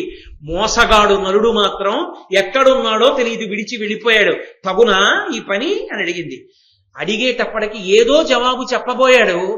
కానీ దమయంతీదేవి ఇన్ని కష్టాలు పడుతోంది అని వినగానే కంఠం గాద్గదికమై కన్నుల వెంట బడబడా నీళ్లు కారిపోయి ఎక్కడ కేశిని చూస్తుందో అని తల పక్కకి తిప్పి ముఖం కూడా తుడుచుకోకుండా నీటి ధారలు కారిపోతుంటే అలా ఉండిపోయాడు. పట్టుకోవలసింది పట్టేస్తుంది కేశి. పట్టుకుని ఆమె లోపలికి వెళ్ళి దమయంతీదేవితో చెప్పిందమ్మా, నీ బాధ చెప్పగానే కన్నుల వెంట నీళ్లు కారిపోయాయమ్మా, ముఖం మలినమైపోయింది, మాట మాట్లాడలేదమ్మా, పక్కకి తిప్పి ముఖాన్ని ఊరుకున్నాడమ్మా. ఆవిడంది, ఓ కేశిని, ఇప్పుడే మనం పట్టుకోవాలి నలుణ్ణి, మళ్ళీ ఋతుపర్ణుడు వెళ్ళిపోతే దొరకడం. వినవమ్మా, అతను ఎలా ఉంటాడు అన్నదాన్ని పట్టుకోవడానికి ఇంకొక ఆధారం ఉంది. ఏ విధమయంతిదేవండి, ఏమి తెలివితే అట్లా ఆవిడ నిజంగా. ఆయన వంట పని చేస్తూ ఉంటాడుగా, ఇప్పుడు ఋతుపర్ణుడు వచ్చాడుగా, ఋతుపర్ణుడికి వంటలు చేస్తూ ఉంటాడు. ఆ వంట చేసే విధానం చూసొచ్చి నాకు చెప్పవే ఎలా చేస్తున్నాడో అని. కేశిని జాగ్రత్తగా రహస్యంగా నలుడు వంట చేసే విధానాన్ని చూసి తెల్లబోయిన ముఖంతో దమయంతీదేవి దగ్గరికి వచ్చింది. వచ్చి, వినవమ్మ, తృణిముష్టి కొనివాడు వీచుడు అందగ్ని ఉదయించు, అతని వంట అమరులనంతకు ఇంధనములపేక్షింపక ఉడుగక మండుచునుండు, మరియు గడకతో నంజుళ్ళు కడగంగ సమకట్టి జలమపేక్షించుచుడు సంభవిల్లి కుంభముల్ నిండి దివ్యాంభ ప్రవాహము అక్షయమగుచుండు తక్షణమ చూడ, అతని కరతలద్వయామర్దితములై కందియును మహాసుగంధ కుసుమ తతులు తొంటి ఎట్లా తమ కంపు విడువకయుండు, అతని తేజమున్నతంబు అని. ఆవిడ చూసొచ్చిందమ్మా, చాలా ఆశ్చర్యంగా ఉందమ్మా తన వంట చేసే విధానం. తృణమృష్టి కొనివాడు వీచుచు అందగ్ని ఉదయించు. అతను గడ్డి పరకలు పట్టుకుని ఓ మూట చేత్తో పట్టుకుని ఇలా అంటాడు అగ్ని కోసం. అంటే అగ్ని పుడుతుంది, అక్కడ ఇంధనం ఏమి ఉండదు, వంట చెరుకో లేకపోతే ఏదో నూనె ఉండదు, ఉండకుండానే అగ్ని పుడుతుంది. ఇంకా ఆశ్చర్యం ఏమిటంటే అతని వంట అమరునంతకు ఇంధనములు అపేక్షించక, అతని వంట అయిపోయే వరకు కట్టె తోస్తున్నాడా ఇంధనం పోస్తున్నాడా తో పని లేకుండా వంట అయ్యే వరకు అగ్ని అలాగే వెలుగుతుంది. కావలసినంత సిమ్లో ఉండాలంటే సిమ్లో ఉంటుంది, హైలో ఉండాలంటే హైలో ఉంటుంది. కాబట్టి ఉడుగక మండుచునుండు, మరియు ఆ మంట ఆరిపోదు, అలాగే ఉంటుంది. వంట అయిపోతే నిధనం అయిపోతుంది తనంత తాను. మరియు గడకతో నంజుళ్ళు కడగంగ సమకట్టి జలమపేక్షించుడు సంభవిల్లి కుంభకముల్ నిండి దివ్యాంభ ప్రవాహం అక్షయమగుచుండు తక్షణమ చూడా. అతను మాంసం తీసుకొచ్చి కడుగుదామని చెప్పేసి ఆ మాంసాన్ని చేతిలో పట్టుకుని కడగడానికి ఇలా అంటాడు. అంతే, ఖాళీ కుండల నిండా నీళ్లు వస్తాయి. వస్తే కడుగుతాడు. కడిగితే ఖాళీగా ఉన్న కుండలు మళ్ళీ నిండిపోతుంటాయి. ఎవరూ పొయ్యరు నీళ్లు, ఎక్కడి నుంచి వస్తాయో తెలియదు, నూతులోంచి తోడడం, కుండలు నిండుతాయి నీళ్లతో. ఇంకా ఆశ్చర్యం ఏమిటంటేనమ్మా, ఆయనతోటి అతని కరతలద్వయామర్దితములై కందియును మహాసుగంధ కుసుమ తతులు తొంటి ఎట్ల తమ కంపు విడివకయుండు, అతని తేజమున్నతంబు. అతను చేతులతో మంచి సువాసనతో ఉన్న పువ్వులు పట్టుకుని, మల్లెపూలు పట్టుకుని అతను వాటిని బాగా నలిపేసి ముద్ద చేసి అక్కడ పడేస్తే పసరిక కంపు రావు. మల్లెపూలని నలిపేసిన మల్లెపూల సువాసనే వస్తుంది. అతని చేతితో నలిపిన పూలు వాసన కోల్పో. చాలా ఆశ్చర్యంగా ఉందమ్మా అతని విధానం అంతాను. దమయంతీదేవి నవ్వింది. ఆనాడు స్వయంవరంలో దేవతలందరి దగ్గర తాను వాళ్లకు ఉండేటటువంటి 3 విశేషాలేవో తెలుసుకుని, చెమట పట్టినవాడు నలుడు కాడు, కనురెప్ప పడినవాడు నలుడు కాడు, కాళ్ళు భూమికి తగిలినవాడు నలుడు కాడని దేవతల్ని ప్రార్థన చేసి నలుణ్ణి స్వయంవరంలో వరించి పూలదండ మెడలో వేస్తే అనుగ్రహించినటువంటి దేవతలు వరమిచ్చారు. రోజున అగ్ని, ఇంద్రుడు, వాయువు, యముడు నీ యందు ధర్మం ఉంటుందని యముడన్నాడు. నువ్వు ఎక్కడుంటావో అక్కడ నువ్వు కోరినప్పుడు మేము ఉంటామని అగ్ని, నీరు వరమిచ్చారు వరుణుడు. అందుకని అగ్ని, వరుణుడు అతను కోరగానే పుడుతున్నాయి, తర్వాత ఆరిపోతున్నాయంటే నలుడే. అందుకని వంట చేసే విధానం చూసి రమ్మంది. ఎవ్వరూ లేరు కదా, కుండతో నీళ్లు తేవడం ఎందుకని తన కోరుకున్నప్పుడు పుట్టిన వాటితో వంట చేశాడు. పసిగట్టేసింది దమయంతీదేవి. ఏమి నా తల్లి, నిజంగా ఏమి తెలివితే అట్లా ఆవిడ అంత శోకమగ్నయ్యి ఉండి కూడా అని ఆవిడంది. ఇప్పుడు నువ్వు ఒక పని చేయి, పిల్లలిద్దరినీ తీసుకుని వెళ్ళు, ఏం చేస్తాడో చూడు. పిల్లలిద్దరినీ నువ్వు ఏదో పని మీద తీసుకెళ్ళినట్లుగా తీసుకెళ్ళి అక్కడ వదిలేసి నువ్వు వేరు పని మీద వెళ్ళు, కానీ క్రీగంట చూస్తూ ఉండి ఏం చేస్తాడో. అంటే ఈ పిల్లలిద్దరినీ తీసుకెళ్లి ఇంద్రసేనని అక్కడ వదిలి ఆవిడేదో పనున్నట్టు అలా వెళ్ళింది. గబగబా బాహుకుడు వెళ్ళి ఆ పిల్లలిద్దరినీ 2 తొడల మీద కూర్చోపెట్టుకుని గట్టిగా కౌగిలించుకుని కన్నుల వెంట నీరు కారిపోతుండగా వాళ్ళ యొక్క మూర్ధన్య స్థానములందు ముద్దు పెట్టుకుని పొంగిపోతున్నాడు. చిత్రనలీయంలో చూడాలి, అబ్బో అద్భుతం. కాబట్టి ఇప్పుడు గబగబా తిరిగి వచ్చి ఆవిడంది, ఎవరి పిల్లలు అనుకుంటున్నావు? మహారాజు బిడ్డలు, దమయంతి బిడ్డలు. ఏమిటి నీ ఒళ్ళో కూర్చోబెట్టుకుని ముద్దులాడుతున్నావు అంది. పోనీలే అమ్మా, ఎవరి బిడ్డలైతేనే నా బిడ్డలు ఇలా ఉండేవారు, గుర్తొచ్చి ముద్దు పెట్టుకున్నాడు, తీసుకుపో అన్నాడు. అని ఆయనకి చాలా చిరాకు వచ్చింది. ఈ కేసిని వచ్చినప్పుడల్లా నేను బయటపడిపోతున్నాను ఏదో అని ఆయన అన్నాడు. నీ విట పలుమరు వచ్చును బోవుచు ఉన్కిగని చిత్తముల నుండుగా గన్ భావింతురు ఇతర జనములు కావున రామలదింకా కార్యార్థినివై. నువ్వు అస్తమానం ఇలా వచ్చి ఏదో నాతో మాట్లాడి పెడుతుంటే చూసిన వాళ్ళు ఏమని అనుకుంటారు, ఇక నువ్వు నా దగ్గరికి రాకు అన్నాడు. ఎందుకని? వచ్చినప్పుడల్లా అతని మనసు గాయం అవుతోంది. ఇది వెళ్ళి చెప్పిందమ్మా పిల్లలు ఇద్దరిని నేను అటు వెళ్ళగానే తొడల మీద కూర్చోబెట్టుకుని ముద్దు పెట్టుకుని మురిసిపోయాడమ్మా అని. ఏ తండ్రి బయటపడిపోడు అక్కడ. కాబట్టి ఆవిడంది దమయంతీదేవి, సంధియమేళ సర్వగుణ సంపద చూడక బాహుకుండు భూవంజితుడైన నైషధుడు అవశ్యము తానగు నా మనంబు నానందము పొందుతున్నది ఘనంబుగ వాటిట వచ్చువాడో ఏనందుల కెగుదాననో రయంబున నాపని నిశ్చయింపుమా. నా మనసుకి ఆనందం కలుగుతోంది. పరపురుషుళ్ళు అనిపించట్లా, కేవలం సారథిలా అనిపించట్లా, ఖచ్చితంగా నలుడే, బాహుకుడు కాడు. నేను ఆయన దగ్గరికి వెళ్ళడమా, ఆయనని నా దగ్గరికి పిలిపించడమా అని తల్లిని పిలిచి, అమ్మా ఏ నిర్ణయం చేద్దామంది. అమ్మా నువ్వు అంత పూనికతో చెప్తే అతన్నే పిలిపిద్దామన్నాడు తల్లి తండ్రి. బాహుకుడిని పిలిపించింది దమయంతీదేవి. పిలిపించి ఎదురుగుండా వచ్చి బాహుకుడు నిలబడ్డాడు. ఎంత బాహుకుడి వేషంలో నిలబడినా ఆ నలుడి లోపల ఉన్నవాడు నలుడే కదూ, ఆయన మనోభావముల చేత ముఖములో కలిగినటువంటి ఆ తత్తరపాటును గమనించినది నా భర్త అని కనిపెట్టింది. కానీ భర్తతో మాట్లాడినట్లుగా కాకుండా ఆవిడంది, దమయంతి నలుని వికృతాంగము చూచియు అతని నంజుగా మగవక ఎయ్యమునను లజ్జను నతి సంభ్రమమున వివశాత్మయగుతు పతికిట్లనియన్.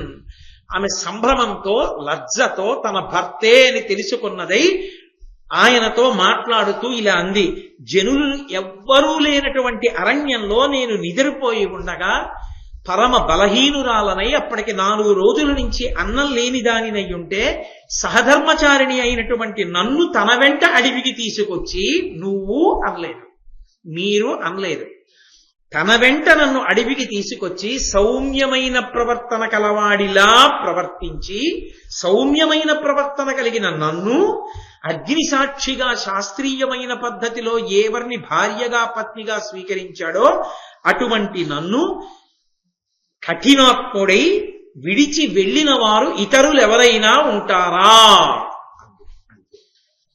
నలుడు తక్క, నా భర్త తక్క. ఆ మాట ఆమె అనలేదు, పూర్తి చెయ్యలేదు. అని సురవరుల తొరిగి తన్నున్ వరించితి నన్ను పుత్రవతి ఏలుకో చెచ్చెర విడిచే అతనికి నిష్కరుణనకు ఏమేమి ఎగ్గు కావించితినో. నేను దేవతలు నన్ను భార్యగా పొందాలనుకుంటే కాదని నలమహారాజు గారిని వరించి మరీ వివాహం చేసుకున్నాను. ఎప్పుడూ ఆయనని అనువర్తించి ఆయనతో కలిసి బ్రతకడానికే ప్రయత్నించాను. ఒక్క తప్పు నేను చెయ్యలేదు.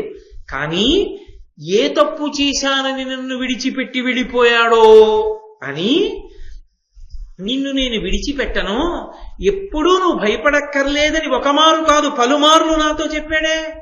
అలా చెప్పినవాడు ఆ మాట ఎందుకు మరిచిపోయి నన్ను విడిచిపెట్టి వెళ్ళిపోయాడో అని కన్నుల నీరు కారుతుండగా ఆమె వలవలా ఏడుస్తుంటే చూడలేకపోయాడు ఇంకా నలమహారాజు.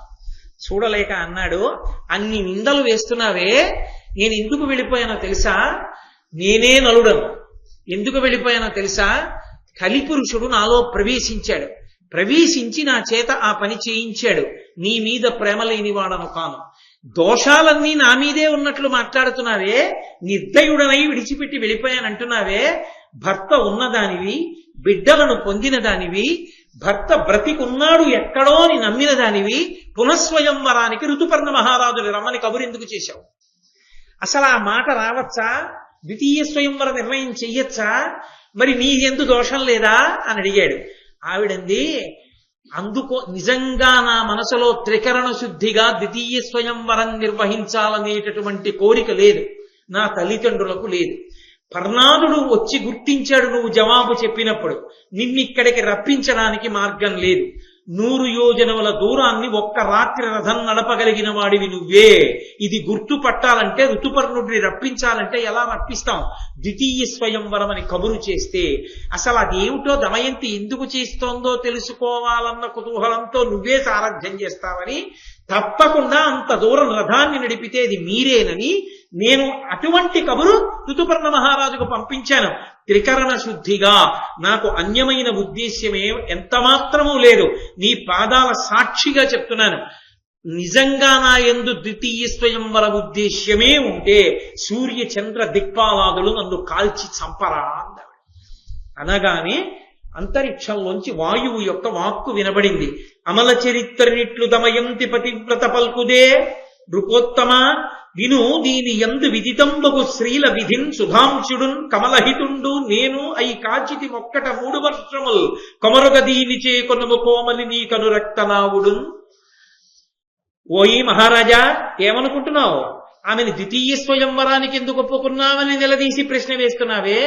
3 సంవత్సరములు ఆమె నీకు దూరంగా ఉంటే 3 సంవత్సరముల నుండి ఆమెని రక్షిస్తున్న వాళ్ళం నేను, సూర్యుడు, చంద్రుడు ఆమెని కాపాడుతున్నాను నిరంతరం. ఆమె మహాపతివ్రత, ఆమె ఎందు దోషం లేదు, ఆమెని స్వీకరించు అన్నాడు.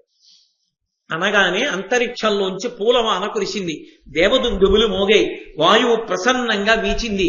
నలమహారాజుకు అర్థమైంది, నన్ను పొందాలని ఆవిడ ప్రయత్నం చేసింది. నేను కలిపురుషుడు నాలో ప్రవేశించిన కారణం చేత నేనామెను విడిచిపెట్టాను తప్ప మా ఒండురుల మనస్సుల్లో అన్యమైన దోషం లేదు. ఆమె పరమపతివ్రత, నాయందు మనసున్న ఇల్లాలని వెంటనే కర్కోటకుడిని స్మరించాడు. దివ్య వస్త్రం వచ్చింది, దాన్ని కప్పుకోగానే నలమహారాజు తన యథాస్వరూపాన్ని పొందాడు. దమయంతి పరమ ప్రీతితో నలుణ్ణి కలుసుకుంది. ఋతుపర్ణ మహారాజు గబగబా వచ్చి, నీ వంటి మహానుభావుడి చేత గుర్రాల్ని నేను లొంగేటట్టు చేయించాను, ఆ తర్వాత రథం నడిపించాను, కాబట్టి నా తప్పు మన్నించవలసింది అన్నాడు. ఇందులో ఏమీ దోషం లేదు ఋతుపర్ణ మహారాజా. కర్కోటకుడు నేను రూపం మారితే తప్ప పరరాజు వద్ద సేవించలేను కనుక నన్ను అలా అనుగ్రహించి పంపించాడు. ఆ కర్కోటకుడి వల్లే ఇవాళ నేను ఇలా బయటికి వచ్చి మళ్ళీ దమయంతిని కలవగలిగానని, నువ్వు నాకు అక్షహృదయం ఇచ్చావు, నేను నీకు అశ్వహృదయం ఇస్తానని ఋతుపర్ణ మహారాజుకి అశ్వహృదయాన్ని ఇచ్చారు. ఇచ్చిన తరువాత నలమహారాజు గారు ఒకానొకప్పుడు కొన్ని రోజులు ఆ విదర్భ రాజ్యంలో ఉన్న తర్వాత కేవలంగా 1 రథాన్ని, 16 ఏనుగుల్ని, 50 గుర్రాల్ని, 600 మంది సైనికుల్ని వెంట పెట్టుకుని నిషధరాజ్యానికి వెళ్లి అక్కడ రాజ్యమేలుతున్నటువంటి పుష్కరుడితోటి, నువ్వు నాతో ధర్మయుద్ధం చేస్తావా లేకపోతే నువ్వు నాతో జూదం ఆడతావా, రెండిటిలో ఏం చేస్తావో నాకు చెప్పమన్నారు. జూదం ఆడతాను, నీ దగ్గర ఏముందని ఫణం పెడతావన్నాడు. దమయంతిని ఫణం పెడతానన్నాడు. దమయంతీదేవిని పొందొచ్చనుకున్నాడు పుష్కరుడు. ఎందుకని, ఇప్పుడు అక్షహృదయం తన దగ్గరుంది, తనని మాయ చేసి ఓడించడం కుదరదు. ద్వాపరుడు పాచికలలో ఉన్నా ఇక పడవు పందాలు. అక్షహృదయం తెలుసున్న వాడిని ఓడించగలిగిన వాడు ఇంకుండడు జూదంలో. కాబట్టి దమయంతీదేవిని ధైర్యంగా పణం పెట్టి పందెం వేశాడు. సమస్త సామ్రాజ్యాన్ని పుష్కరుడు పెట్టాడు. 1 పందెంలోనే తన రాజ్యాన్నంతా నలుడు తాను పొందేసి అక్షహృదయం ఉంది కాబట్టి ఓడిపోకుండా రాజ్యాన్ని పొంది ఎంతో సంతోషంతో, నిన్ను నేను వధించి ఉండేవాణ్ణి కానీ నా పినతండ్రి బిడ్డవి, ఇక్కడి నుంచి వెంటనే విడిచిపెట్టి వెళ్ళిపోమన్నాడు. ఆయన ఆ రాజ్యాన్ని విడిచిపెట్టి వెళ్ళిపోయాడు. దమయంతీదేవి బయలుదేరొచ్చింది. మళ్ళీ నలమహారాజు గారు దమయంతీదేవితో తన బిడ్డలతో కలిసి అఖండ భూమండలాన్ని సార్వభౌముడై ఎంతో సంతోషంగా పరిపాలించాడు. మహాభారతంలో ప్రత్యేకించి ఆరణ్య పర్వంలో ఈ నలదమయంతులకు సంబంధించినటువంటి ఉపాఖ్యానమే చాలా పెద్ద ఉపాఖ్యానం. ఈ ఉపాఖ్యానానికి ఫలశ్రుతి చెప్తూ అన్నారు, ఇన్నలోపాఖ్యానం ఎప్పుడు దత్తావధానులై వినివారు తవిలి సభల చదివెడువారును జగతీశ కలిదోష నిర్ముక్తులగుదురు నిఖిల పుణ్య ఫలభాగులగుదురు బహుపుత్ర పౌత్ర ఆయురారోగ్య ధన యుక్తులగుదురు ఎల్ల విషములకును దుష్ట విషయములకును దూరులగుదురు ధర్మాత్ములగుదురు ఉర్వీకడు ప్రసిద్ధమిదియు కర్కోటకుని దమయంతి పుణ్యమూర్తి అయిన నలుని ఋతుచరిత్రుడైన ఋతుపర్ణుని కీర్తింప కలిభయంబులెల్ల క్రాగునజిపా. ఈ నలదమయంతుల యొక్క చరిత్రని ఎక్కడైనా ప్రవచనం చేసినటువంటి వారు ప్రవచనం చేస్తుంటే దాన్ని సభలో వినయ విధేయతలతో భక్తి విశ్వాసాలతో విన్న వాళ్ళకి తవిలి సభల చదివెడువారును, ప్రవచనం చేయకపోయినా కనీసం ఇది చదివితే చాలు, అలా సభలో చదివిన వాళ్ళకి కలిదోషం విడిచిపెట్టేస్తుంది. అఖిల పుణ్యములు చేశారు అనేటటువంటి ఫలితాన్ని వెంటనే వాళ్ళ ఖాతాలో వేస్తారు.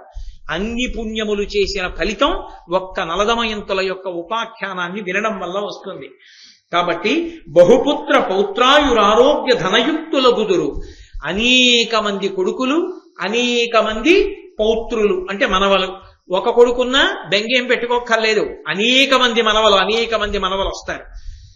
కాబట్టి మనవలు పుట్టినవాడు తాత అనిపించుకున్నవాడు ఈ ఘట్టాన్ని చెప్పకపోతే కృతజ్ఞుడైపోడు, చెప్పాలి.